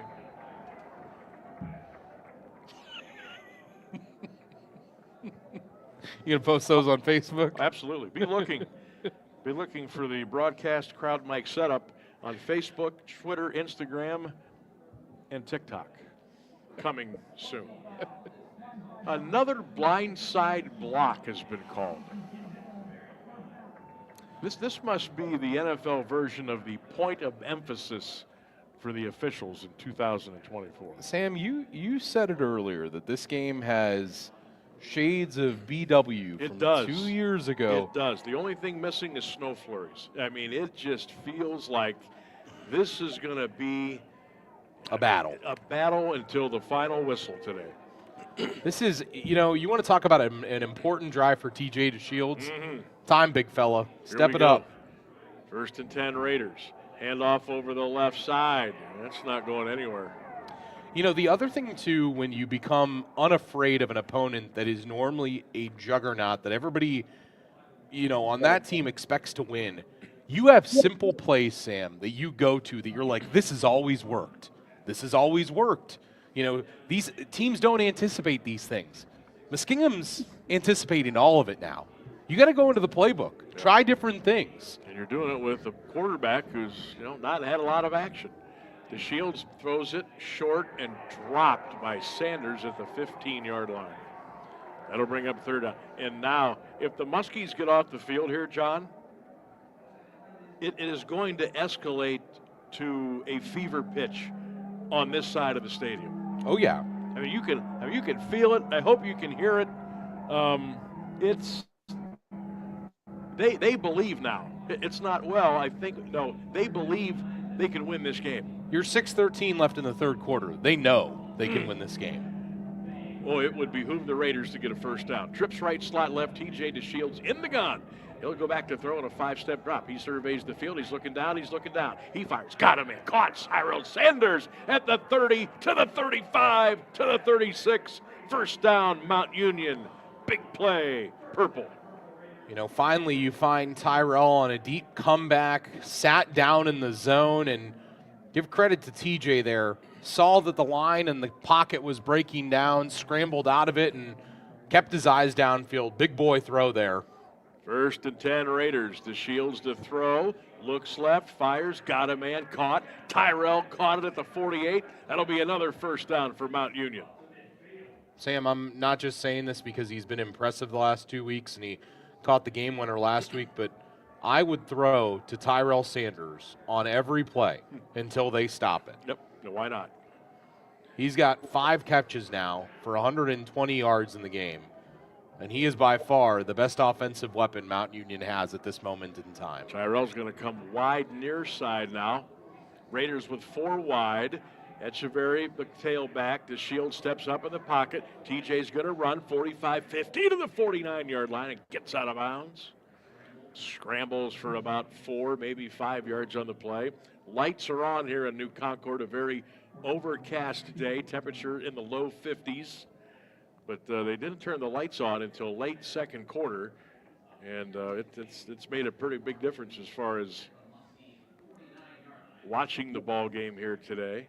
6 catches, by the way, for 130 yards. Okay, we'll take it. Cooper and Turner to the right. He's not out there on this play, though. Tyrell out on this snap. Echeverry, tailback left. TJ fakes it to Tyler, throws a quick out left side. Caught. First down Raiders. They're going to say out of bounds at the Muskingum 41-yard line. Trey Radford. They haven't thrown a lot to Trey this year. I thought, coming into the year, I thought they would throw to him a lot more just because he was coming back and so on and so forth. And he's a good-sized target, too, at 6'3". Trey's going to come wide right this time. Raiders need a score here in the worst way. We're tied at 14. 4:08 to go, third quarter. The Shields inside to Tyler. Big hole, 40, 30. Puts a shoulder down and taken down at the Muskingum 30. The ball came loose. The ball is loose at the 31-yard line. The officials step in and say the ball will remain with Mount Union. They said he was down, too. One of the back judges came in and said he was down, which was, I think, advantageous for Mount, to say the least. All right, Radford out. Sanders Tyrell back in. Sanders Yeah. back in. Boy, no help over there either. That's one-on-one. The Shields in the gun. 1st and 10 Mountain at the Muskingum 30-yard line. We're tied at 14, third quarter. Delay handoff to Echeverry, picking his way to the 30, to the 25, 24. Echeverry to the 23-yard line. He picked up 8 yards on the play before he was taken down. Tyler Echeverry, 2nd down and 2. Third quarter just bouncing along. We're coming up on 3 minutes to go in this quarter in a 14-14 tie here at Muskingum. Sam Berkwin, John Bazika on 1310 WDPN. Raider Nation listening all over the world at Q92Raidersports.com. The Shields in the gun. Cooper in motion left. TJ gives it Tyler, 25. Echeverry, 24. Down at the 19-yard line. First down, Mount Union. This could end up being one of the biggest drives of the season if the Raiders can stick one in here in the third quarter. 331 total yards for Mount, 290 for Muskingum, Sam. 390, did you say 391? 331, sorry. But still only 14 points though. Yeah. 4 wide for the Raiders. The Shields of the gun. Cooper in motion. He goes behind in motion. TJ to throw. Looking to the right. Looking to the left. Outlet man Cooper caught the ball at the 20. He's to the 15. Slides to the 14-yard line. I feel like, I know that he's a fifth-year guy, but I feel like we're watching TJ continue to grow up before our eyes on a big drive like this. Just, saw nothing open downfield, had the check down in the flat left to Jerry Cooper, and those are the decisions that he's going to have to make. You want to win ball games late in the year. That's how you do it. 1:35, third quarter. Raiders 2nd and 4 at the Muskie 14-yard line. 14-14 tie. The Shields fakes it, throws it quick outside, caught at the 15 to the 11 to the 10 is Cooper. We'll see where they mark him out at the 10-yard line. Should be 1st and goal. Wow, going to make it 3rd down. Wow, going to be 3rd down and 1. Clock continues to run with 1:17 to go. Obviously, I would think you're in 2-down territory here. Again, the kicking for Mount Union, Randy Tawaya is Yvonne Merrick. Not kicking today. Sanders wide to the right, Twins left. It's Cooper in a slot to Shields. Gives it to Echeverry. Tyler pounds his way to the 7. He goes down to the 6. Blow the whistle any day now. First and goal, Mount Union. Echeverry got the yardage needed. And the Raiders now will have 4 cracks at it inside the Muskingum 7-yard line.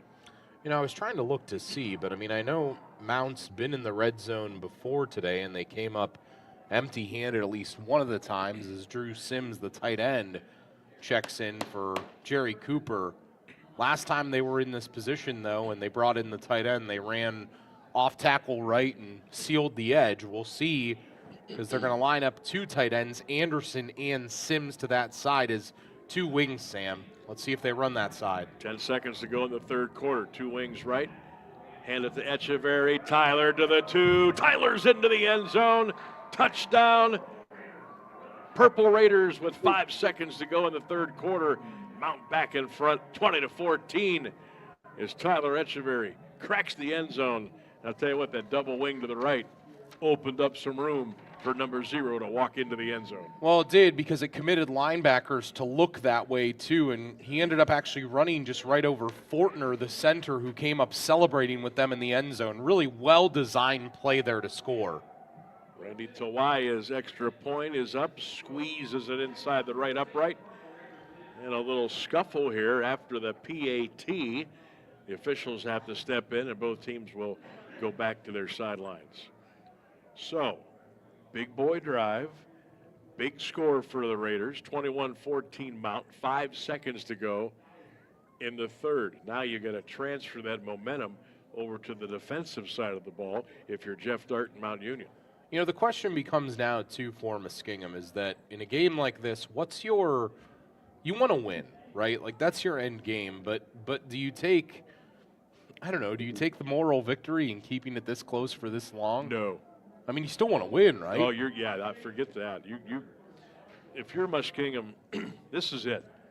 You got a chance to go 6-4, end your season, and slay the Dragon at home on Senior Day. No, there are no moral victories today. You either win or you put your hat on and you go home. I see a lot of guys to the left, and a lot of them have not played, but I see a lot of lax attitude on the Muskingum sideline. But I think the right people are engaged. Yeah. If I was a coach and I saw that, I would be absolutely furious that I had a percentage of my team that was like, hey, we're good. No, you play to win. Ask Hearn. Kickoff return for the Muskies, 15, 20, 25, 26-yard line.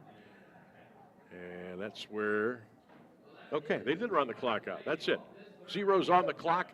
We've played 3 quarters in New Concord, Ohio. Hold on to your hats, everybody. It's Mount Union 21, Muskingum 14. John and I are back for the money quarter after this on 1310. When it comes to heating and cooling your home, quality always takes precedence. Being warm in the winter and cool during the summer are necessary for Ohio's extreme weather. At Harding Heating and Cooling, they recognize your needs and hope to bring comfort to your home. They are the Rheem Pro dealer for the Alliance area. Serving the area since 1975, Harding Heating and Cooling does everything for your comfort. With transparent pricing, 24/7 emergency services, comfort is just a phone call away at 330-823-8461. Visit Harding Heating and Cooling online at hardingheating.com. Visit Carnation Optical at 75 Glamorgan Street, across from the Glamorgan Castle, right here in Alliance, formerly in the Carnation Mall. Carnation Optical is locally owned and operated since 1983, with over 1,000 frames to choose from, and their glasses are made in-house. Stephanie and her team at Carnation Optical invite you to call and schedule your eye appointment at 330-821-5476 and experience Carnation Optical's laid-back, casual environment with on-site lab for fast and accurate services. Carnation Optical at the intersection of Union and Glamorgan. Come see for yourself. Fourth quarter underway here at Muskingum. Ross gets the carry over the right side. Ross Seymour and Tony Cook ram him out of bounds at around the 31-yard line. So a pickup of 5. Just getting cranked up here in the fourth quarter. Sam Berkman, John Bazika, Game 10 of the 2024 season. Mount trying to get 10-0. You know, what's been the more impressive part of today? The fact that Muskingum has kept this close for this long, or the fact that Chandler Ross now has 10 carries for almost 80 yards? Did not expect a runner today to do that. Gurney back to throw. Throws it to Ross. He's dangerous in the open field. 30. Raiders gang tackle and hog tie him down at the 34-yard line. Moore and Jackson and Liebler in there for the Purple Raiders. And that'll set up a third down for the Muskies. Third and about 2, we'll call it, at the Muskingum 34-yard line. He has over 120 yards of all-purpose yardage by himself. Chandler Ross does. 6th catch of the day, 10 carries, 76 yards, over 40 yards receiving, 41. Impressed with him. Gurney in the gun. Back to throw. He's pumping. He's going deep right side. Incomplete. Overthrows his wide receiver. Bit down here. I don't know. You had 2 Raiders over here defensively. Weston Arthur. I think they're going to go for this.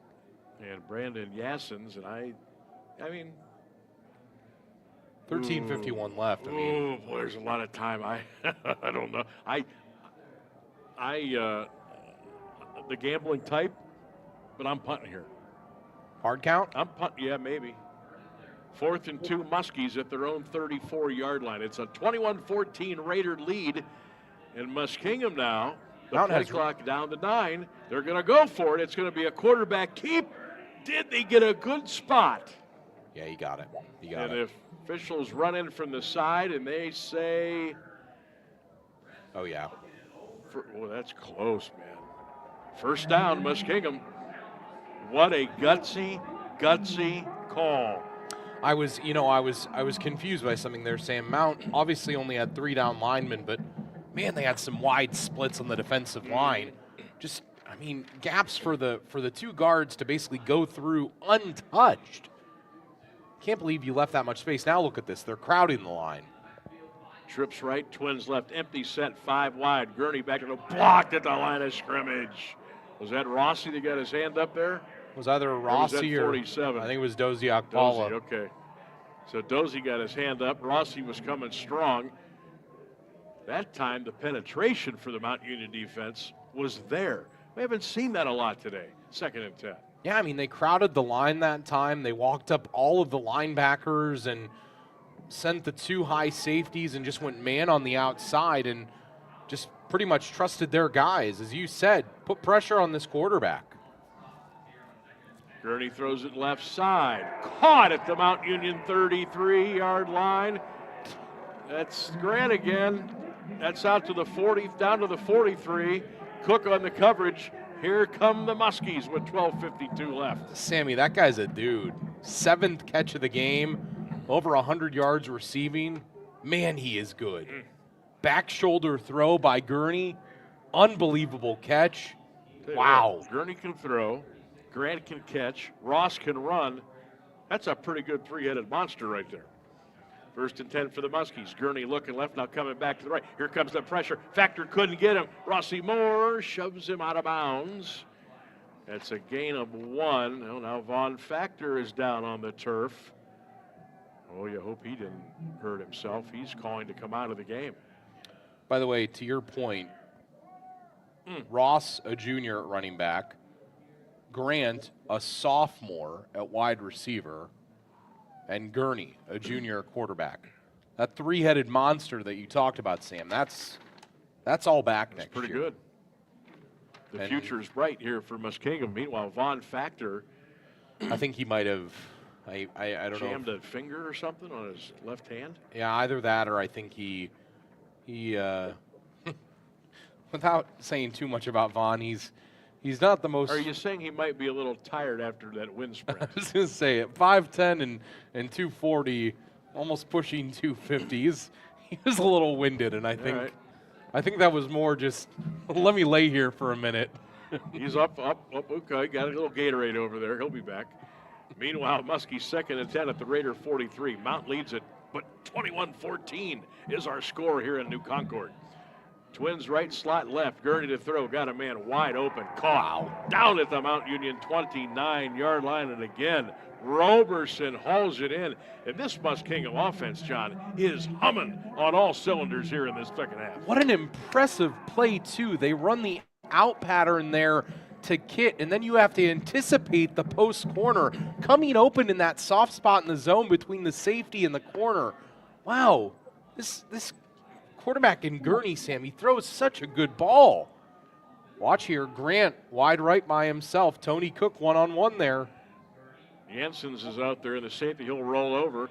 Gurney back to throw, looking right, nothing. Rolling to the left, looking. He looks. He fires. Incomplete at the 15-yard line. Good defensive coverage by Weston Arthur. Boy, every play now, John, is a huge play with still 11 plus to go in this football game.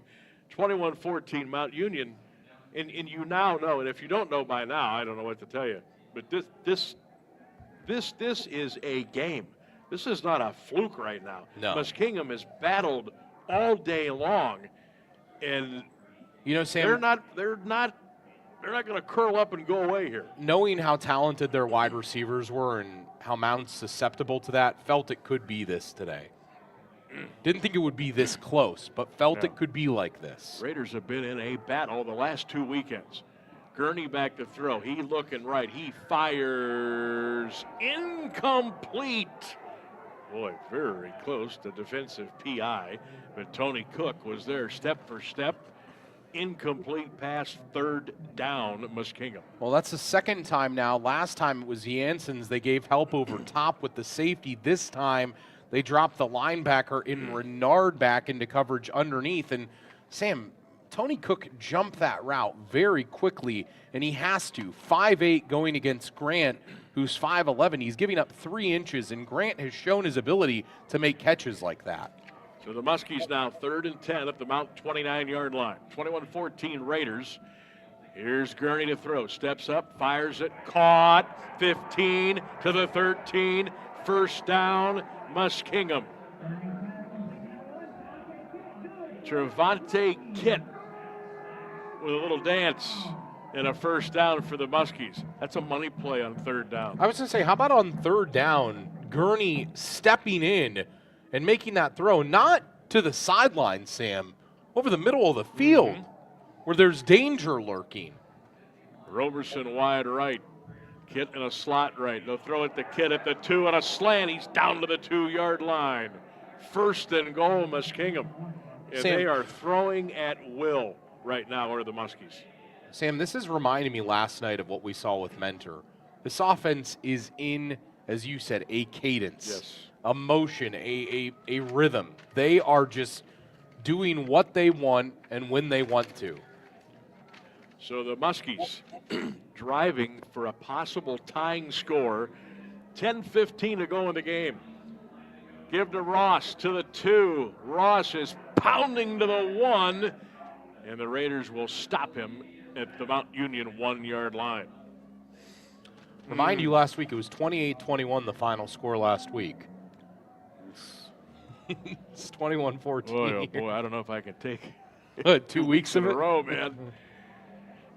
Hey, if we were going to make the drive down here, let's at least get a good game out of it. That we are getting. Hope you're enjoying the broadcast today on WDPN, streaming at Q92radiosports.com.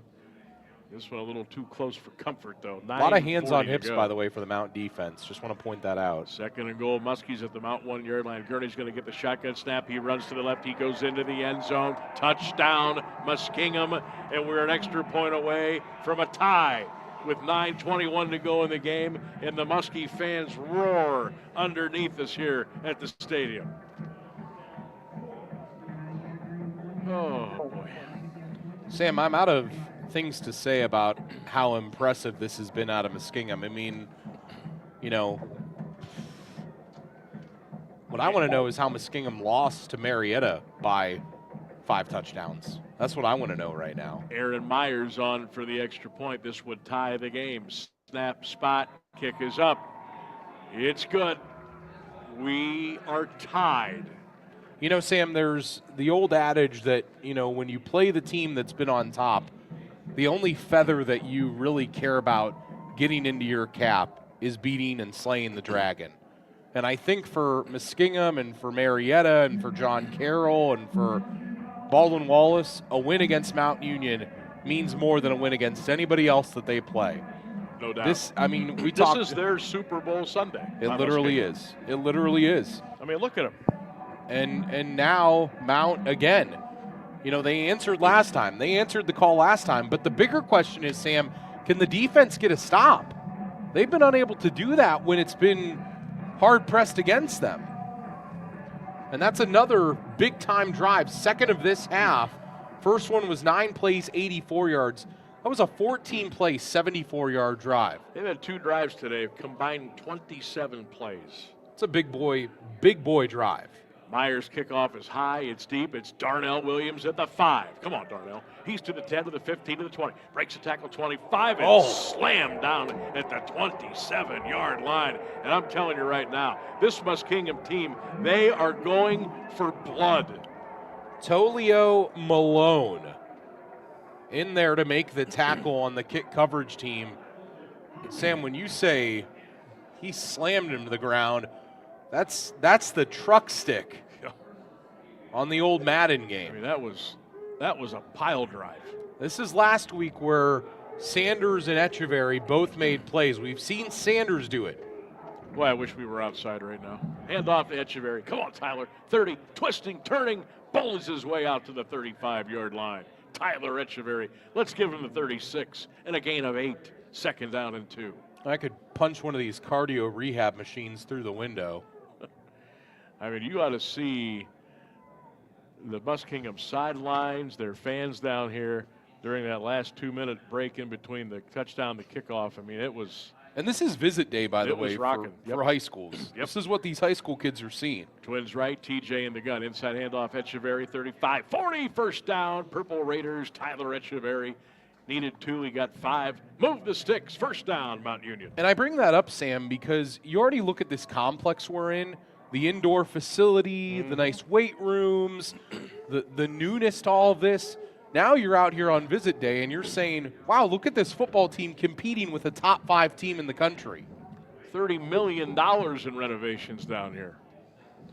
DeShields to throw, delayed blitz. TJ throws it. He's got a man caught. First down, Anderson. He leaked out all the way down to the 29-yard line in a first down. Mount, and credit TJ DeShields. He found his man, put it right on the money in a first down.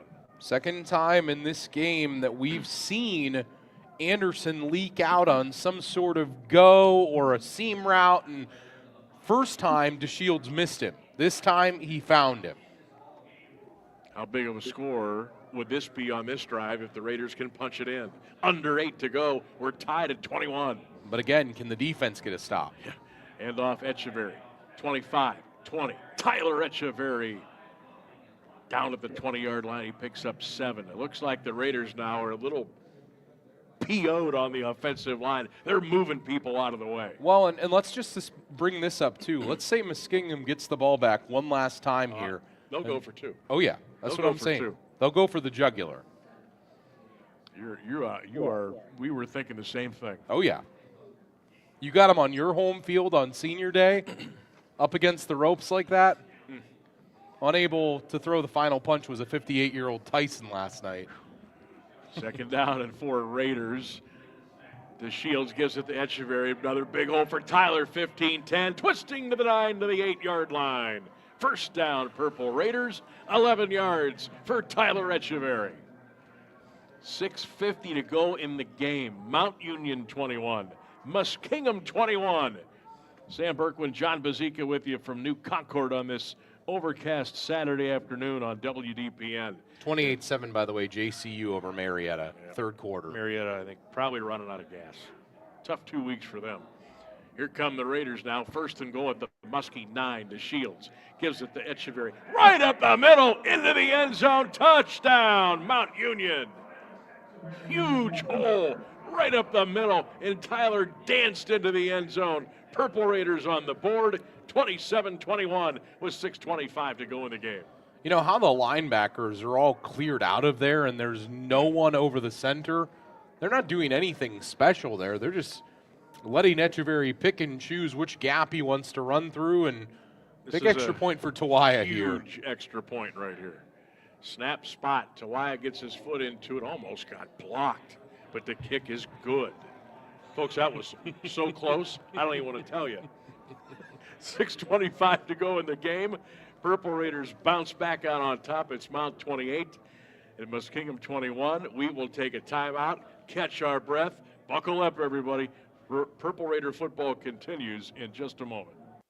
Hey, man, good to see you. What brings you out here today? Need to pick up a few tools. You? I need new kitchen cabinets, countertops, maybe even a whole new kitchen, but I can't get any help or find what I need in this place. You need to go to Robertson's for that. Robertson's Kitchen and Bath Gallery is an American Standard plumbing registered showroom, and their knowledgeable consultants have the training and expertise to actually help you get what you need without breaking your budget. Visit Robertson Kitchen and Bath at 2155 West Main Street in the Alliance Industrial Park, or visit them online at robertsonkitchenandbath.com, where amazing meets affordable. Tawaya's kickoff, return to Muskies at the 10, right up the middle of the 15, and drilled at the 20-yard line. Another drive there for Mount Union, Sam. 6 plays, 73 yards, and 257. Tyler Echeverry, his third rushing touchdown of the game. 19 attempts, 102 yards, and again now, can the defense make a stand? Gurney, 256 yards passing, plus 2 rushing touchdowns by Gurney, and Davion Grant, 7 catches in the game, Sam, for 114 yards. Can the defense make a stop? Here we go. It's money time for the Raider D. Quick pitch out to Ross. 20, turns the corner, 25. Ross still on his feet. Mount thought he was just going to tiptoe out of bounds. Ross says, I'll take this extra turf, and he goes all the way out to the 29-yard line. You know, the impressive part of it, too, for Muskingum, Sam, is they are not making any mistakes either. I mean, so far in the game, can you believe this? They have 0 penalties. But Mount only has 2. What goes through your mind when you see that? But Mount only has 2. Mount only has 2. Second down and 2 for the Muskies. Gurney to throw. Leaking out of the backfield. Ross underthrew him, incomplete. Jackson on the coverage for the Raiders. Now it's 3rd and 2 for the Muskies with 5:46 left to go. The other huge stat that they have today, 2 for 2 on 4th down, including one on the last drive to extend it. In their own territory. Yeah, and it was around this spot on the field, around the 29-30, and coaching staff felt okay doing it. Muskies, very tight formation. Now they'll break out of it, and they'll shift and go trips right. Twins left, empty set, 5 wide. Raiders trying to get where they need to go. Oh, boy. Gurney in the gun, gets the shotgun snap, throws it left side. It's caught at the 28, 29, 30. First down, Muskies at the 31-yard line. They keep the drive alive. Just, I mean, it's Grant. It's the fight. It's the extra yardage. It's you know, guy was out there, a player who normally doesn't get a lot of time for Mount in Ricky Buggs, and he couldn't wrap him up. And that's just like, you know, that's how a team beats you. Muskies to the line of scrimmage now. 5:10 to go in the game. We're 28-21 Raiders by 7. 1st and 10 at the 32. Gurney to throw it again. He looks. Crossing pattern. Underthrow. Incomplete at the 44-yard line. 2nd down and 10. College football scoreboard finals. Texas beat Arkansas 20-10. Tulane 35, Navy nothing. Colorado 49, Utah 24. Buckeyes win today 31-7. By the way, the college football playoff committee is going to do everything in their power to get Coach Prime into the Final 12. 2nd down and 10 for Muskingum. Gurney back to throw. He got hit as he released it, and Ross dropped it wide open at the 35. He was looking downfield because I'm telling you what, he had room to run, but he dropped the pass, incomplete, 3rd down. Well, and that's one of the first times, again in this half, that we have seen Mount Union pretty much bring a jailbreak blitz. Like, they just said, let's bring the house. Let's send Rossi Moore. Let's send Jazz Jackson. Let's send Marcus Jackson. They sent everyone. Question is now, 3rd and 10. Do you drop 8 into coverage, or do you rush 5 or 6 here? They're showing blitz. Looks like they're going to bring at least 5. Here they come. Gurney to throw an out pattern. He fires it. It's incomplete at the 48-yard line. Double coverage over there. Roman and Janssens. Gurney tried to split the pair and get it to his wide receiver. Incomplete. 4th and 10. Now, you've got 4:54 to go in the game. It's 28-21 Mount. Muskingum a 4th and 10 at their own 32. They're going to go. Each team has a full allotment of 3 timeouts. I don't know if I like this call. I mean, you might not see the ball again, which is why he's going for it. Here we go. But this is your ball game if he doesn't get it. Might be, just might be. Muskingum with 4 wide, 3 to the left. Gurney looks that way. He fires. It's out there. It's caught. It's short of the first down at the 40-yard line. They needed 10. They got 9. And Ricky Buggs, number 44, taking care of business for the Purple Raider defense. And Mount Union will take over. 7-point lead, 4:46 to go. And more importantly, they will do so at the Muskingum 41-yard line. 1 yard shy. O'Darius King, who caught the earlier touchdown, was the one who made the reception. And I'll tell you what, I was just critical of Ricky Buggs for not making a tackle on a key 3rd down. Made up for it there. There. He earned playing time back. All right, let's put a drive together and get out of here.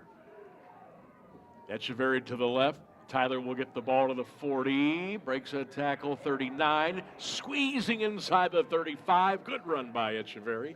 He's down to the Muskingum 33-yard line. That's a gain of 8 yards on the play. Keeps the clock running, and a 2nd down in about,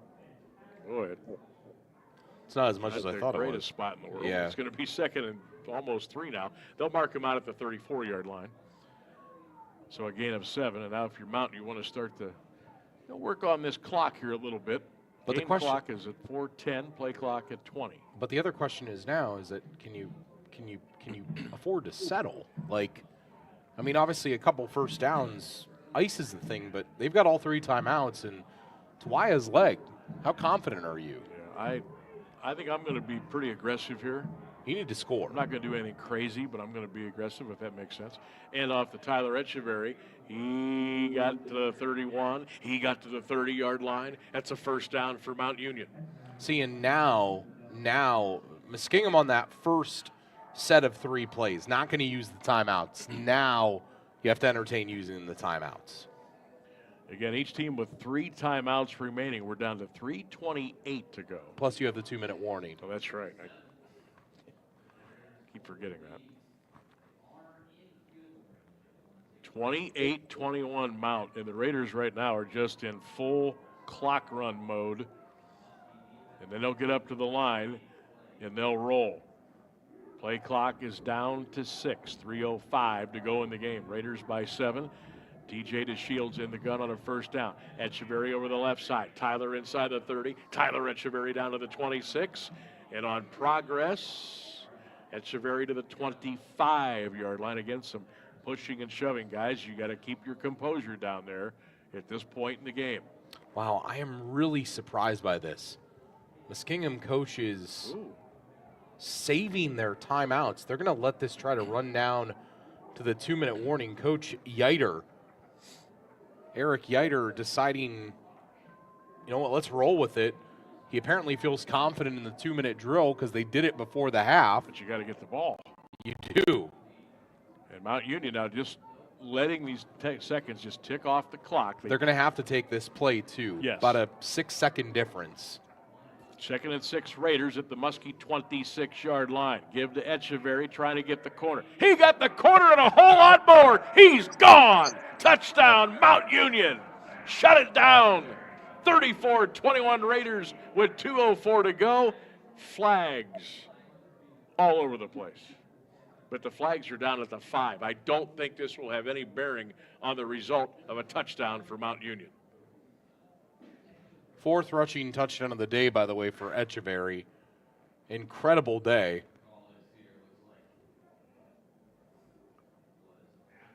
And boy, did it get quiet Real on quick. this side of the stadium here at Muskingum. Boy, it is.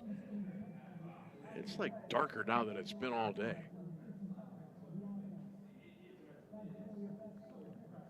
So it's on the kickoff on Sportsmanlike on Mount. So it's going to give, going to give Muskingum a little bit of life again. A little bit of life. But if Randy can put this one between the pipes, it'll be a 14-point lead with 2:04 left to go. Snap spot. Tawaya's extra point is up, and it's good. And a sigh of relief for the fans of the Purple Raiders. 2:04 left to go in the game. Mount Union 35, Muskingum 21. And it looks like the Raiders are on their way to a possible 35th overall and 8th straight OAC Conference Championship. But I'm going to tell you what, this wasn't easy today. Last Saturday was not easy against Marietta. And now you got the postseason to look forward to here in a couple of weeks. And that's not going to be easy either. And how does that work then too, Sam? Do they play so if they're the 1 seed, do they play what the 8 seed would be to begin? I would think. So right now, I'm just forecasting what the 8 seed could be. And that's in your region, correct? Yes, because they like to, keep the proximity close as you can for, to defray travel costs and things like that. The 7 seed at this point is John Carroll, if that's by those ratings. And Marietta is the 4 seed. Right now, John Carroll beating Marietta by 14. Interesting. Could you have an OAC rematch in round 1? Wow. Tawaya bounces that kickoff, return for the Muskies at midfield, and down at the Purple Raider 47-yard line. Things have been getting a little frisky after the whistle the last couple of plays. Officials have had to step in. Here's something I'm just going to bring up and here. Here's your 2-minute warning, by the way. Just for the sake of the crazies like me that think like this. It's 35-21, right? Okay. You got 2 minutes left. Let's say Muskingum scores here in like 3 plays. Don't think they will. Let's say they do that. They keep all 3 timeouts through that. They can still go for the onside kick, but they could find themselves potentially getting the ball back with like 35 seconds left, maybe if they're like the luckiest people in the world. But even if so, if they score, they could get an onside kick with all 3 timeouts if they're smart. So like Mount Union is ahead by 14, but the waters are still a little choppy. Just a little choppy. A little choppy. It's now this is all like just my brain playing this out, which I do for every game, but it's possible. And if you're saying, well, when have you seen it, John? Well, I've been a Browns fan for my whole life. And a couple of years ago, the Browns had a 13-point lead on the Jets, and they surrendered it all away in under 2 minutes. But so that's it's the Browns. Well, I mean, how Brownsy is that? It's Brownsy. You know what I mean? Here we go. But there's a first for everything. Muskingum 1st and 10 at midfield. Gurney throws, comeback caught, 40, 35, first down. And I think we may have a injury timeout now. Is this I think this is Grant. Injury timeout, or is this a way to keep the timeouts in the pocket and stop the clock? I have a keen eye for this kind of thing. Sam, I'm glad you said that because I hate to be the, person that doesn't believe in the faith in humanity, but there's a certain point where winning is more important, Well, when you got the dragon in your castle. I don't know. That looks. That's Grant too. That's their best wide receiver. Grant, yep. But yeah, I mean you could, Just watch when he comes over here. Yeah, that's what I'm gonna do. That's what I'm gonna do. It's all fine and dandy when you're going off the field, but then you find out maybe what really happened once they get to the sideline. All right, here we go. 35-21 Mount Union. 1:44 to go in the 4th quarter. It's a 10-second runoff too, so I mean. Yeah, that's true. Muskies 1st and 10 at the Purple Raider 35-yard line. You got to keep Muskingum out of the end zone here. Some of the folks have taken off. They're walking up the hillside back to their parking lot, but most everybody's stuck around. Last game of the year, why not? Gurney's going to run it. 35-30, 25. Holy smokes. First down, Gurney all the way down to the Mount Union 22-yard line. And they'll get right back up on the ball. It was legit, by the way. Move the sticks. They'll move the clock. First down, Muskies at the Purple Raider 22. Gurney to throw. He'll step back. He'll fire a slant. It's caught at the Mount Union 17. But again, seconds are coming off the clock. 1:15, 1:14. Second down. They got to change the marker on the field. It's second down and 5 at the Raider 17. Gurney backpedals. Ball is tipped up in the air, and it's almost picked off by Mount Union. That was Bowden. 41. Brandon almost caught the deflected pass. Now that does a couple of things. It stops the clock with 1:03 to go. And Muskingum now has a 3rd and 5 at the Mount Union 17-yard line. Almost a pick for Brandon. I don't want to be the, but if you're looking at Mount going into the tournament and you're looking at a way to beat Mount, you can pass the ball and do it effectively and do it quick like this. Boy. Here they come on a blitz. Gurney to throw. He gets out of it. He's looking downfield. Fires it into the end zone. It is caught. Touchdown, Muskingum. 55 seconds left to go, and they're not quite out of the woods yet. Roberson catches it in the end zone, and the Muskies are still fired up and only down 8. Wow. How in the heck did he catch that ball? Didn't mean to step on you there. I just couldn't believe he caught that. I can't. I mean, I couldn't believe of traffic. I know. Arms, I couldn't believe it. Unreal. He just threw it out there. I know. And Roberson made the play. Myers for the extra point. Puts him over 300 yards passing, by the way. Boy, this has been an unbelievable afternoon. How about a block here, huh? Snap, spot. Myers' extra point is up, and it's good. So now, not out of the woods yet. Here comes the onside kick. 55 seconds left, and all 3 Muskingum timeouts. still has all 3 timeouts. Garrett Gurney, by the way, 30 of 52, 303 yards, and 2 passing touchdowns. And by the way, total yardage in the game: Muskingum 432, Mount Union 468. We're even on first downs too, Sam. 26 apiece. And the Muskingum sideline again is feeling it. Coaches, players, fans. Sam, there's enough time. There's enough time. Will you stop?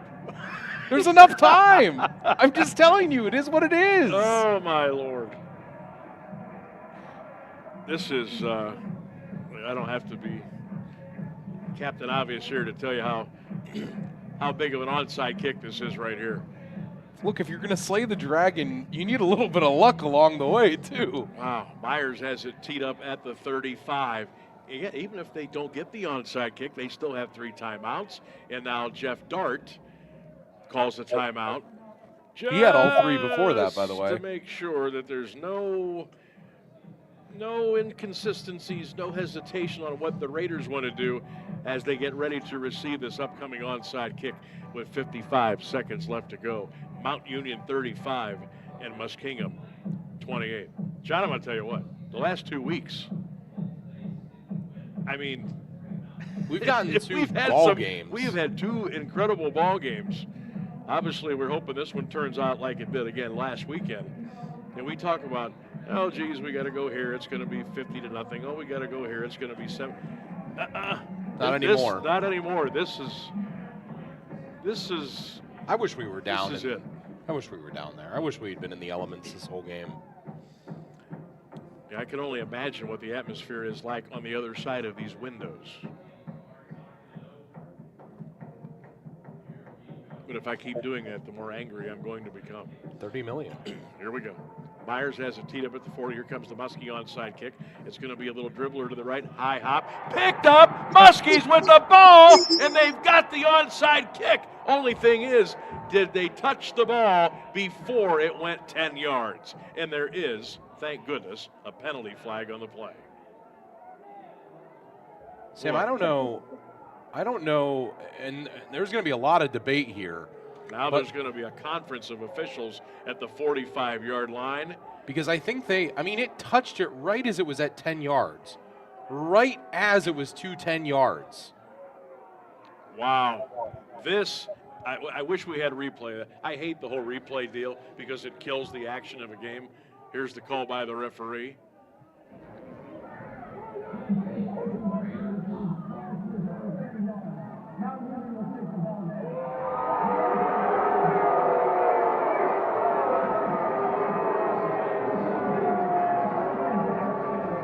We haven't had much crowd noise, but we don't have to explain to you what happened in order to understand that the ball was ruled to not go 10 yards. Yep, that's what I thought. It didn't go 10.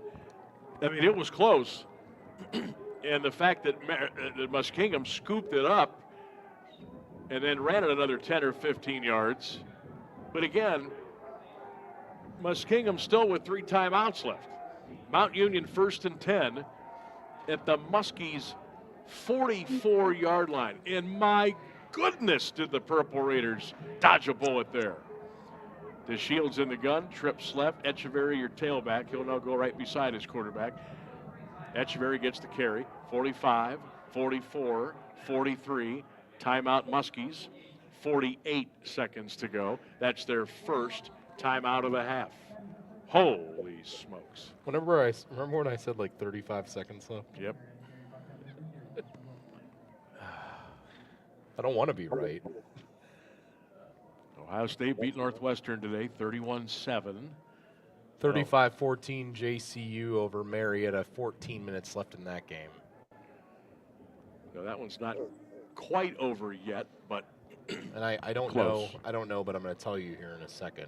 But I think, yeah, Septenfelter today, 23 of 28.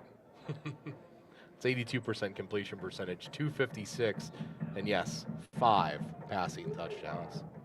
Top passer in the OAC, continuing to add to an already stellar season. Muskie fans screaming for the defense. 48 seconds left to go in this thriller. Mount 35, Muskingum 28. Raiders 2nd and 9 at the Muskingum 43-yard line. The Muskies have 2 timeouts left. Raiders will send in motion to the left. They're going to give it to Echeverry around the right. Tyler chewing up clock and yardage, 40-35. Stay in bounds, Tyler, inside the 30 to the 28-yard line. First down, Mount Union, and that should do it. Boy, where would the Raiders be without number 0 today? Probably in a world of hurt. 4 rushing touchdowns and the game clinching, it would appear, for the time being. I think you just put knees on these next couple plays. Yes. But the game clinching run on a first down. And Sam, I know we don't give a player of the game out. It's not something we do. We don't have a sponsor for it or anything like that. But, hey, Alliance, if you see Tyler Echeverry walk into your business this week, tell him that his 25 carries, tell him that his 25 carries for 159 yards and 4 touchdowns are enough to earn him a free dinner at anywhere in the 44601 area code. Tell them Sam and John would do it, but they're broke, so you do it. 1st and 10, Mount Union. A couple of snaps here, and we can go home. DJ DeShields takes a knee. Muskies burn that final timeout with 37 seconds to go. But Mount Union is going to hang on. Going to go 10-0. They're going to get their 35th OAC championship, their 8th in a row. But I'm telling you, since I've been doing Mount games, this is my 9th year. They have not had to fight this hard, this late in the year, in battles to get to that OAC title. But they're going to do it today. They're going to rest up. They're going to need it. They're going to have to heal up and put some things together if they're going to make a run. But they have earned this Ohio Athletic Conference Championship big time in 24. One more snap should do it. The Shields gets them all set up at the line of scrimmage. They're in the best formation in football. That's the victory formation. The Shields takes a knee. Mount Union is going to win it. Muskingum cannot stop the clock. The Raider fans that made the trip from Alliance are up on their feet. And the coaches and teams will line up and shake hands. This was a battle. Your final score from New Concord, Ohio. Mount Union 35, Muskingum 28. Perfection again for the Purple Raiders. They finished the regular season 10-0. I just am in awe of the fact that the last 2 weeks, two teams, Sam, that Mount Union has traditionally curb stomped. The Muskingum Muskies, who, by the way, a year ago to the date of when they played this game, whenever that was, 74-7, the final score. The biggest difference in the series history between these two. And arguably, Sam, I don't know the full history. I can't tell you every score, but I think it would be hard to look through the annals of time in this series and find a game better than this one here today. Talk about giving it your best shot and trying to earn your way to 6-4 and win your proverbial Super Bowl.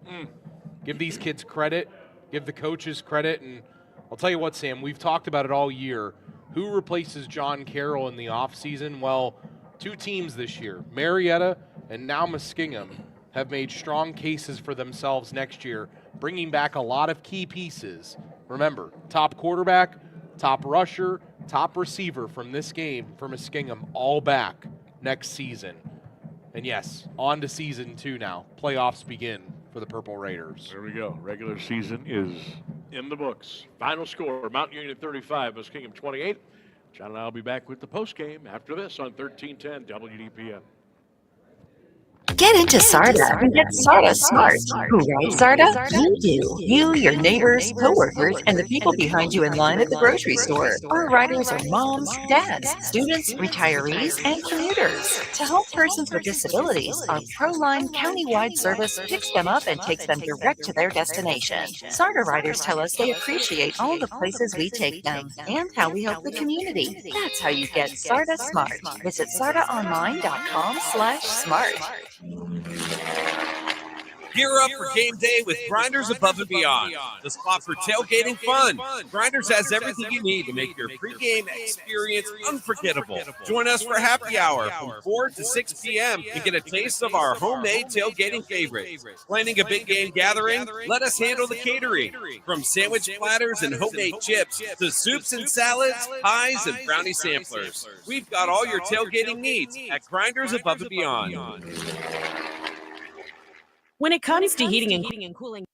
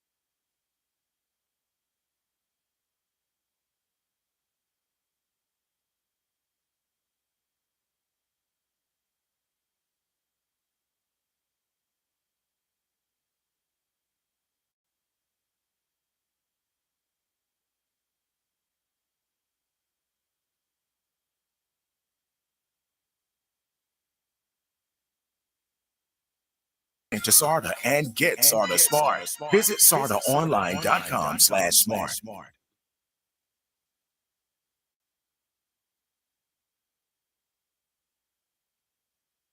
We return back in here on AM 1310 WDPN and still have one more break to take. So take care of step one of our post game here, and that is our highlight of the game. And no question here, Sam and I didn't even have to consult over this. There was a play that stood out above the rest, and it was the jugular that Mount fired late in the fourth quarter with 2:04 left. The fourth of, yes, 4 rushing touchdowns today for Tyler Echeverry. Here's Sam's call. 2nd and 6 Raiders at the Muskie 26-yard line. Give to Echeverry trying to get the corner. He got the corner and a whole lot more. He's gone. Touchdown, Mount Union. Shut it down. 34-21 Raiders with 2:04 to go. Flags all over the place. And yes, like Dirk Nowitzki famously said so many years ago, they did shut it down with that score right there. Final of, yes, 4 rushing touchdowns for Tyler Echeverry, who earned himself a steak dinner from every single establishment in Alliance with his effort today, 159 rushing yards and 4 rushing touchdowns. We'll take a break, give you the final stats when we return. Hello, Purple Raider fans. Chuck Moore here, former Mount Union running back, four-time national champion, 2001 Gallardi Trophy winner. Are you facing some major financial events, things like retirement, marriage, divorce, or selling a business? We at Markham Wealth understand, and we can help. Call 330-564-8590 or visit www.markhamwealth.com for a free consultation. Neither tailored services nor the background of your financial professional should be construed as a guarantee of a particular outcome. Past performance does not guarantee future results. All investing comes with risk, including risk of loss. Markham Wealth is an SEC registered investment advisor. Registration does not imply a certain level of skill or training. Hey, man, good to see you. What brings you out here today? Need to pick up a few tools. You? I need new kitchen cabinets, countertops, maybe even a whole new kitchen, but I can't get any help or find what I need in this place. You need to go to Robertson's for that. Robertson's Kitchen and Bath Gallery is an American standard plumbing registered showroom, and their knowledgeable consultants have the training and expertise to actually help you get what you need without breaking your budget. Visit Robertson Kitchen and Bath at 2155 West Main Street in the Alliance Industrial Park, or visit them online at robertsonkitchenandbath.com, where amazing meets affordable. Get into SARTA and get SARTA smart. Sure, we're all about Stark County, but did you know we have express fixed routes to Akron and Cleveland? Just take Route 81, that's Akron, or Route 4 to Cleveland. Shop, eat, sightsee, catch a game, or visit that other Hall of Fame. We also take veterans to their Wade Park appointments for free. Plan your next trip to Akron or Cleveland, and SARTA will get you there. That's how you get into SARTA and get SARTA smart. Visit sartaonline.com/smart. Final time back in here on AM 1310 WDPN as the Purple Raiders, a winner, 35-28 over Muskingum in a game that I don't think any of us thought would be this close this afternoon, but truly relates to the quote of that's why they play the game. That's why they lace them up each and every week. Mount Union had to go, well, almost more than 4 quarters in order to beat Muskingum after a marathon game last week with a good Marietta team who is going to fall today to John Carroll. They're down 28 with 10 minutes left in that game. John Carroll trying to make a statement right before the postseason and hoping that they can find themselves in the final 32 in the country. And don't know if they'll be one of those teams, but we'll find out in coming days. Couple of quick final stats. Folks, this game was even as even can be. When I say that it came down to a single first down, it pretty much did. It did. 27 first downs for Mount Union, 26 for Muskingum. And yes, you guessed it. That final first down, Tyler Echeverry on a gain over right tackle, just enough to give Mount Union the win. Total yards in the game, 481 for Mount Union on 63 plays. Sam, Muskingum ran 75 plays That's today. Unbelievable. That really is. For 432 yards. And they had 303 passing yards behind Garrett Gurney, who he's an underclassman. Folks, he's going to be a good one. Like, he's just coming into his own. And this Chandler Ross kid, they have a tailback, too. 12 carries, 85 yards. Runs hard, did not score today, but a key piece to why they were in this game. And Davion Grant, 9 catches, 130 yards. I can't wait for next year when this group comes to Mount Union and we get to see a follow-up of what we saw here today. Because I'll tell you what, if it's anything like this, it's going to be a treat again next season. For Mount Union, Tyler Echeverry, 25 carries, 159 yards, 4 touchdowns, the long of 26, which was the final knockout blow by him that ultimately gave them the 2-touchdown lead. Ty Sanders today, 6 catches, 130 yards. And TJ DeShields, a good afternoon, really was. And I say a really good afternoon, too, because the interception he threw shouldn't even be counted against him. It was a Hail Mary right before the end of the half. It goes down as that, but it's as good as a punt right before the half. You take away that pass, he was 18 of 26, 273, and a passing touchdown, only sacked once. Another notable thing from today, as good as Garrett Gurney was, he was only sacked one time. Mount Union's defense, without Caleb Brown out there, unable to put pressure on the quarterback like they would have wanted to. Weston Arthur, Rossi Moore, Marcus Jackson, all 8 tackles in the game. All 3 of those guys lead the team in tackles today. And ultimately, Sam, wasn't pretty, was not what Mount Union was looking for, but they'll take it. 35-28, OAC champs yet again. And I believe the regular season win streak goes to 74 now, if I'm not mistaken. And, well, new season begins, season 2. And you and I and many others await who's going to be the first of teams to come to Karas Stadium. We will find out. The brackets will be released tomorrow or Monday. There'll be a couple of games, 4 games next weekend, and then we'll follow those scores, all that interesting action, and then we'll know who will be visiting, hopefully visiting Alliance in a couple of weeks. But Mount Union with a 35th overall OAC championship today. They'd earn it. It's their 8th in a row. Battles with John Carroll, battles with Marietta, battle with Muskingum. Some close early game calls this year. I mean, Otterbein, it was a 21-0 final. They had to fight and scrap for that one. They didn't have many of the usual walkovers this year. They had a handful, but it wasn't the majority. Now, you wonder going forward, the health of Noah Boudry, the health of kicker Yvonne Merrick, Caleb Brown sat out today. Hopefully that was precautionary. We don't know for sure.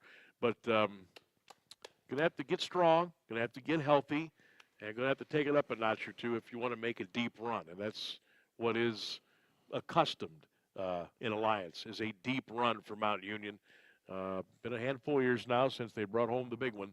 So we'll see. It should be fun because this year, a little different than the past.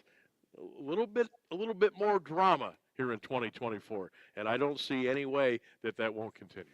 Yeah, not the easy walk through Silver Park and Alliance that they're used to each and every year. Just had to work on this a little bit more, and the trail to 10-0 was a lot tougher than what it normally is, and I am fully convinced after Otterbein finishing with just the one victory that was wholeheartedly because I was there that day as an Otterbein alum. No, not seriously. Otterbein was very tough for Mount Union. I think what it comes down to, Sam, is you and I talk about it every week, and, everybody at Mount Union talks about it every week. When is the field going to come back to them?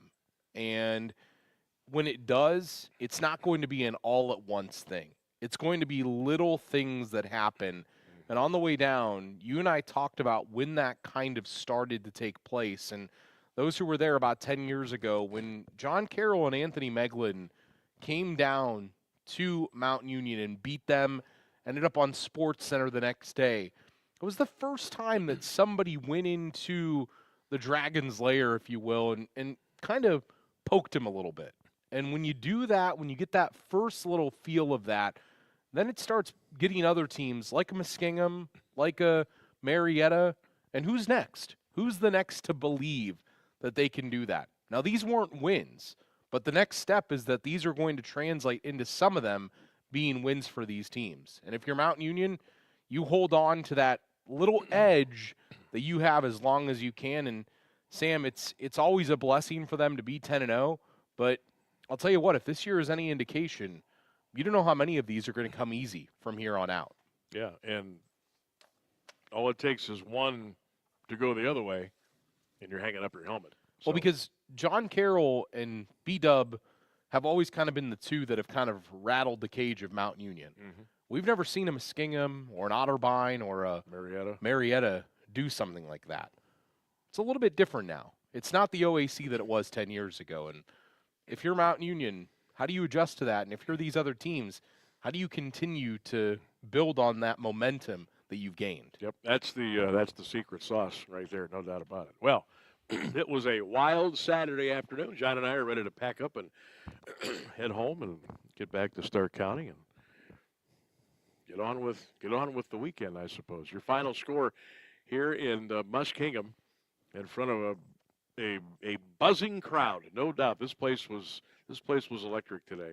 Final score: Mount Union 35, Muskingum 28. The Purple Raiders, for the 35th time, are champions of the OAC. Former broadcast partner John Bazika, for Ryan Rainsberg back at the 1310 WDPN studios. But most of all, thanks for listening, everybody. Sam Berkwin saying so long from New Concord, Ohio. Mount Union 35, Muskingum 28. We will talk to you in a couple of weeks as Purple Raider playoff football gets rolling on 1310 WDPN. So long, everybody. AM 1310 WDPN thanks you for listening to today's broadcast of Mount Union football. We now return you to the unforgettable favorites of AM 1310 WDPN.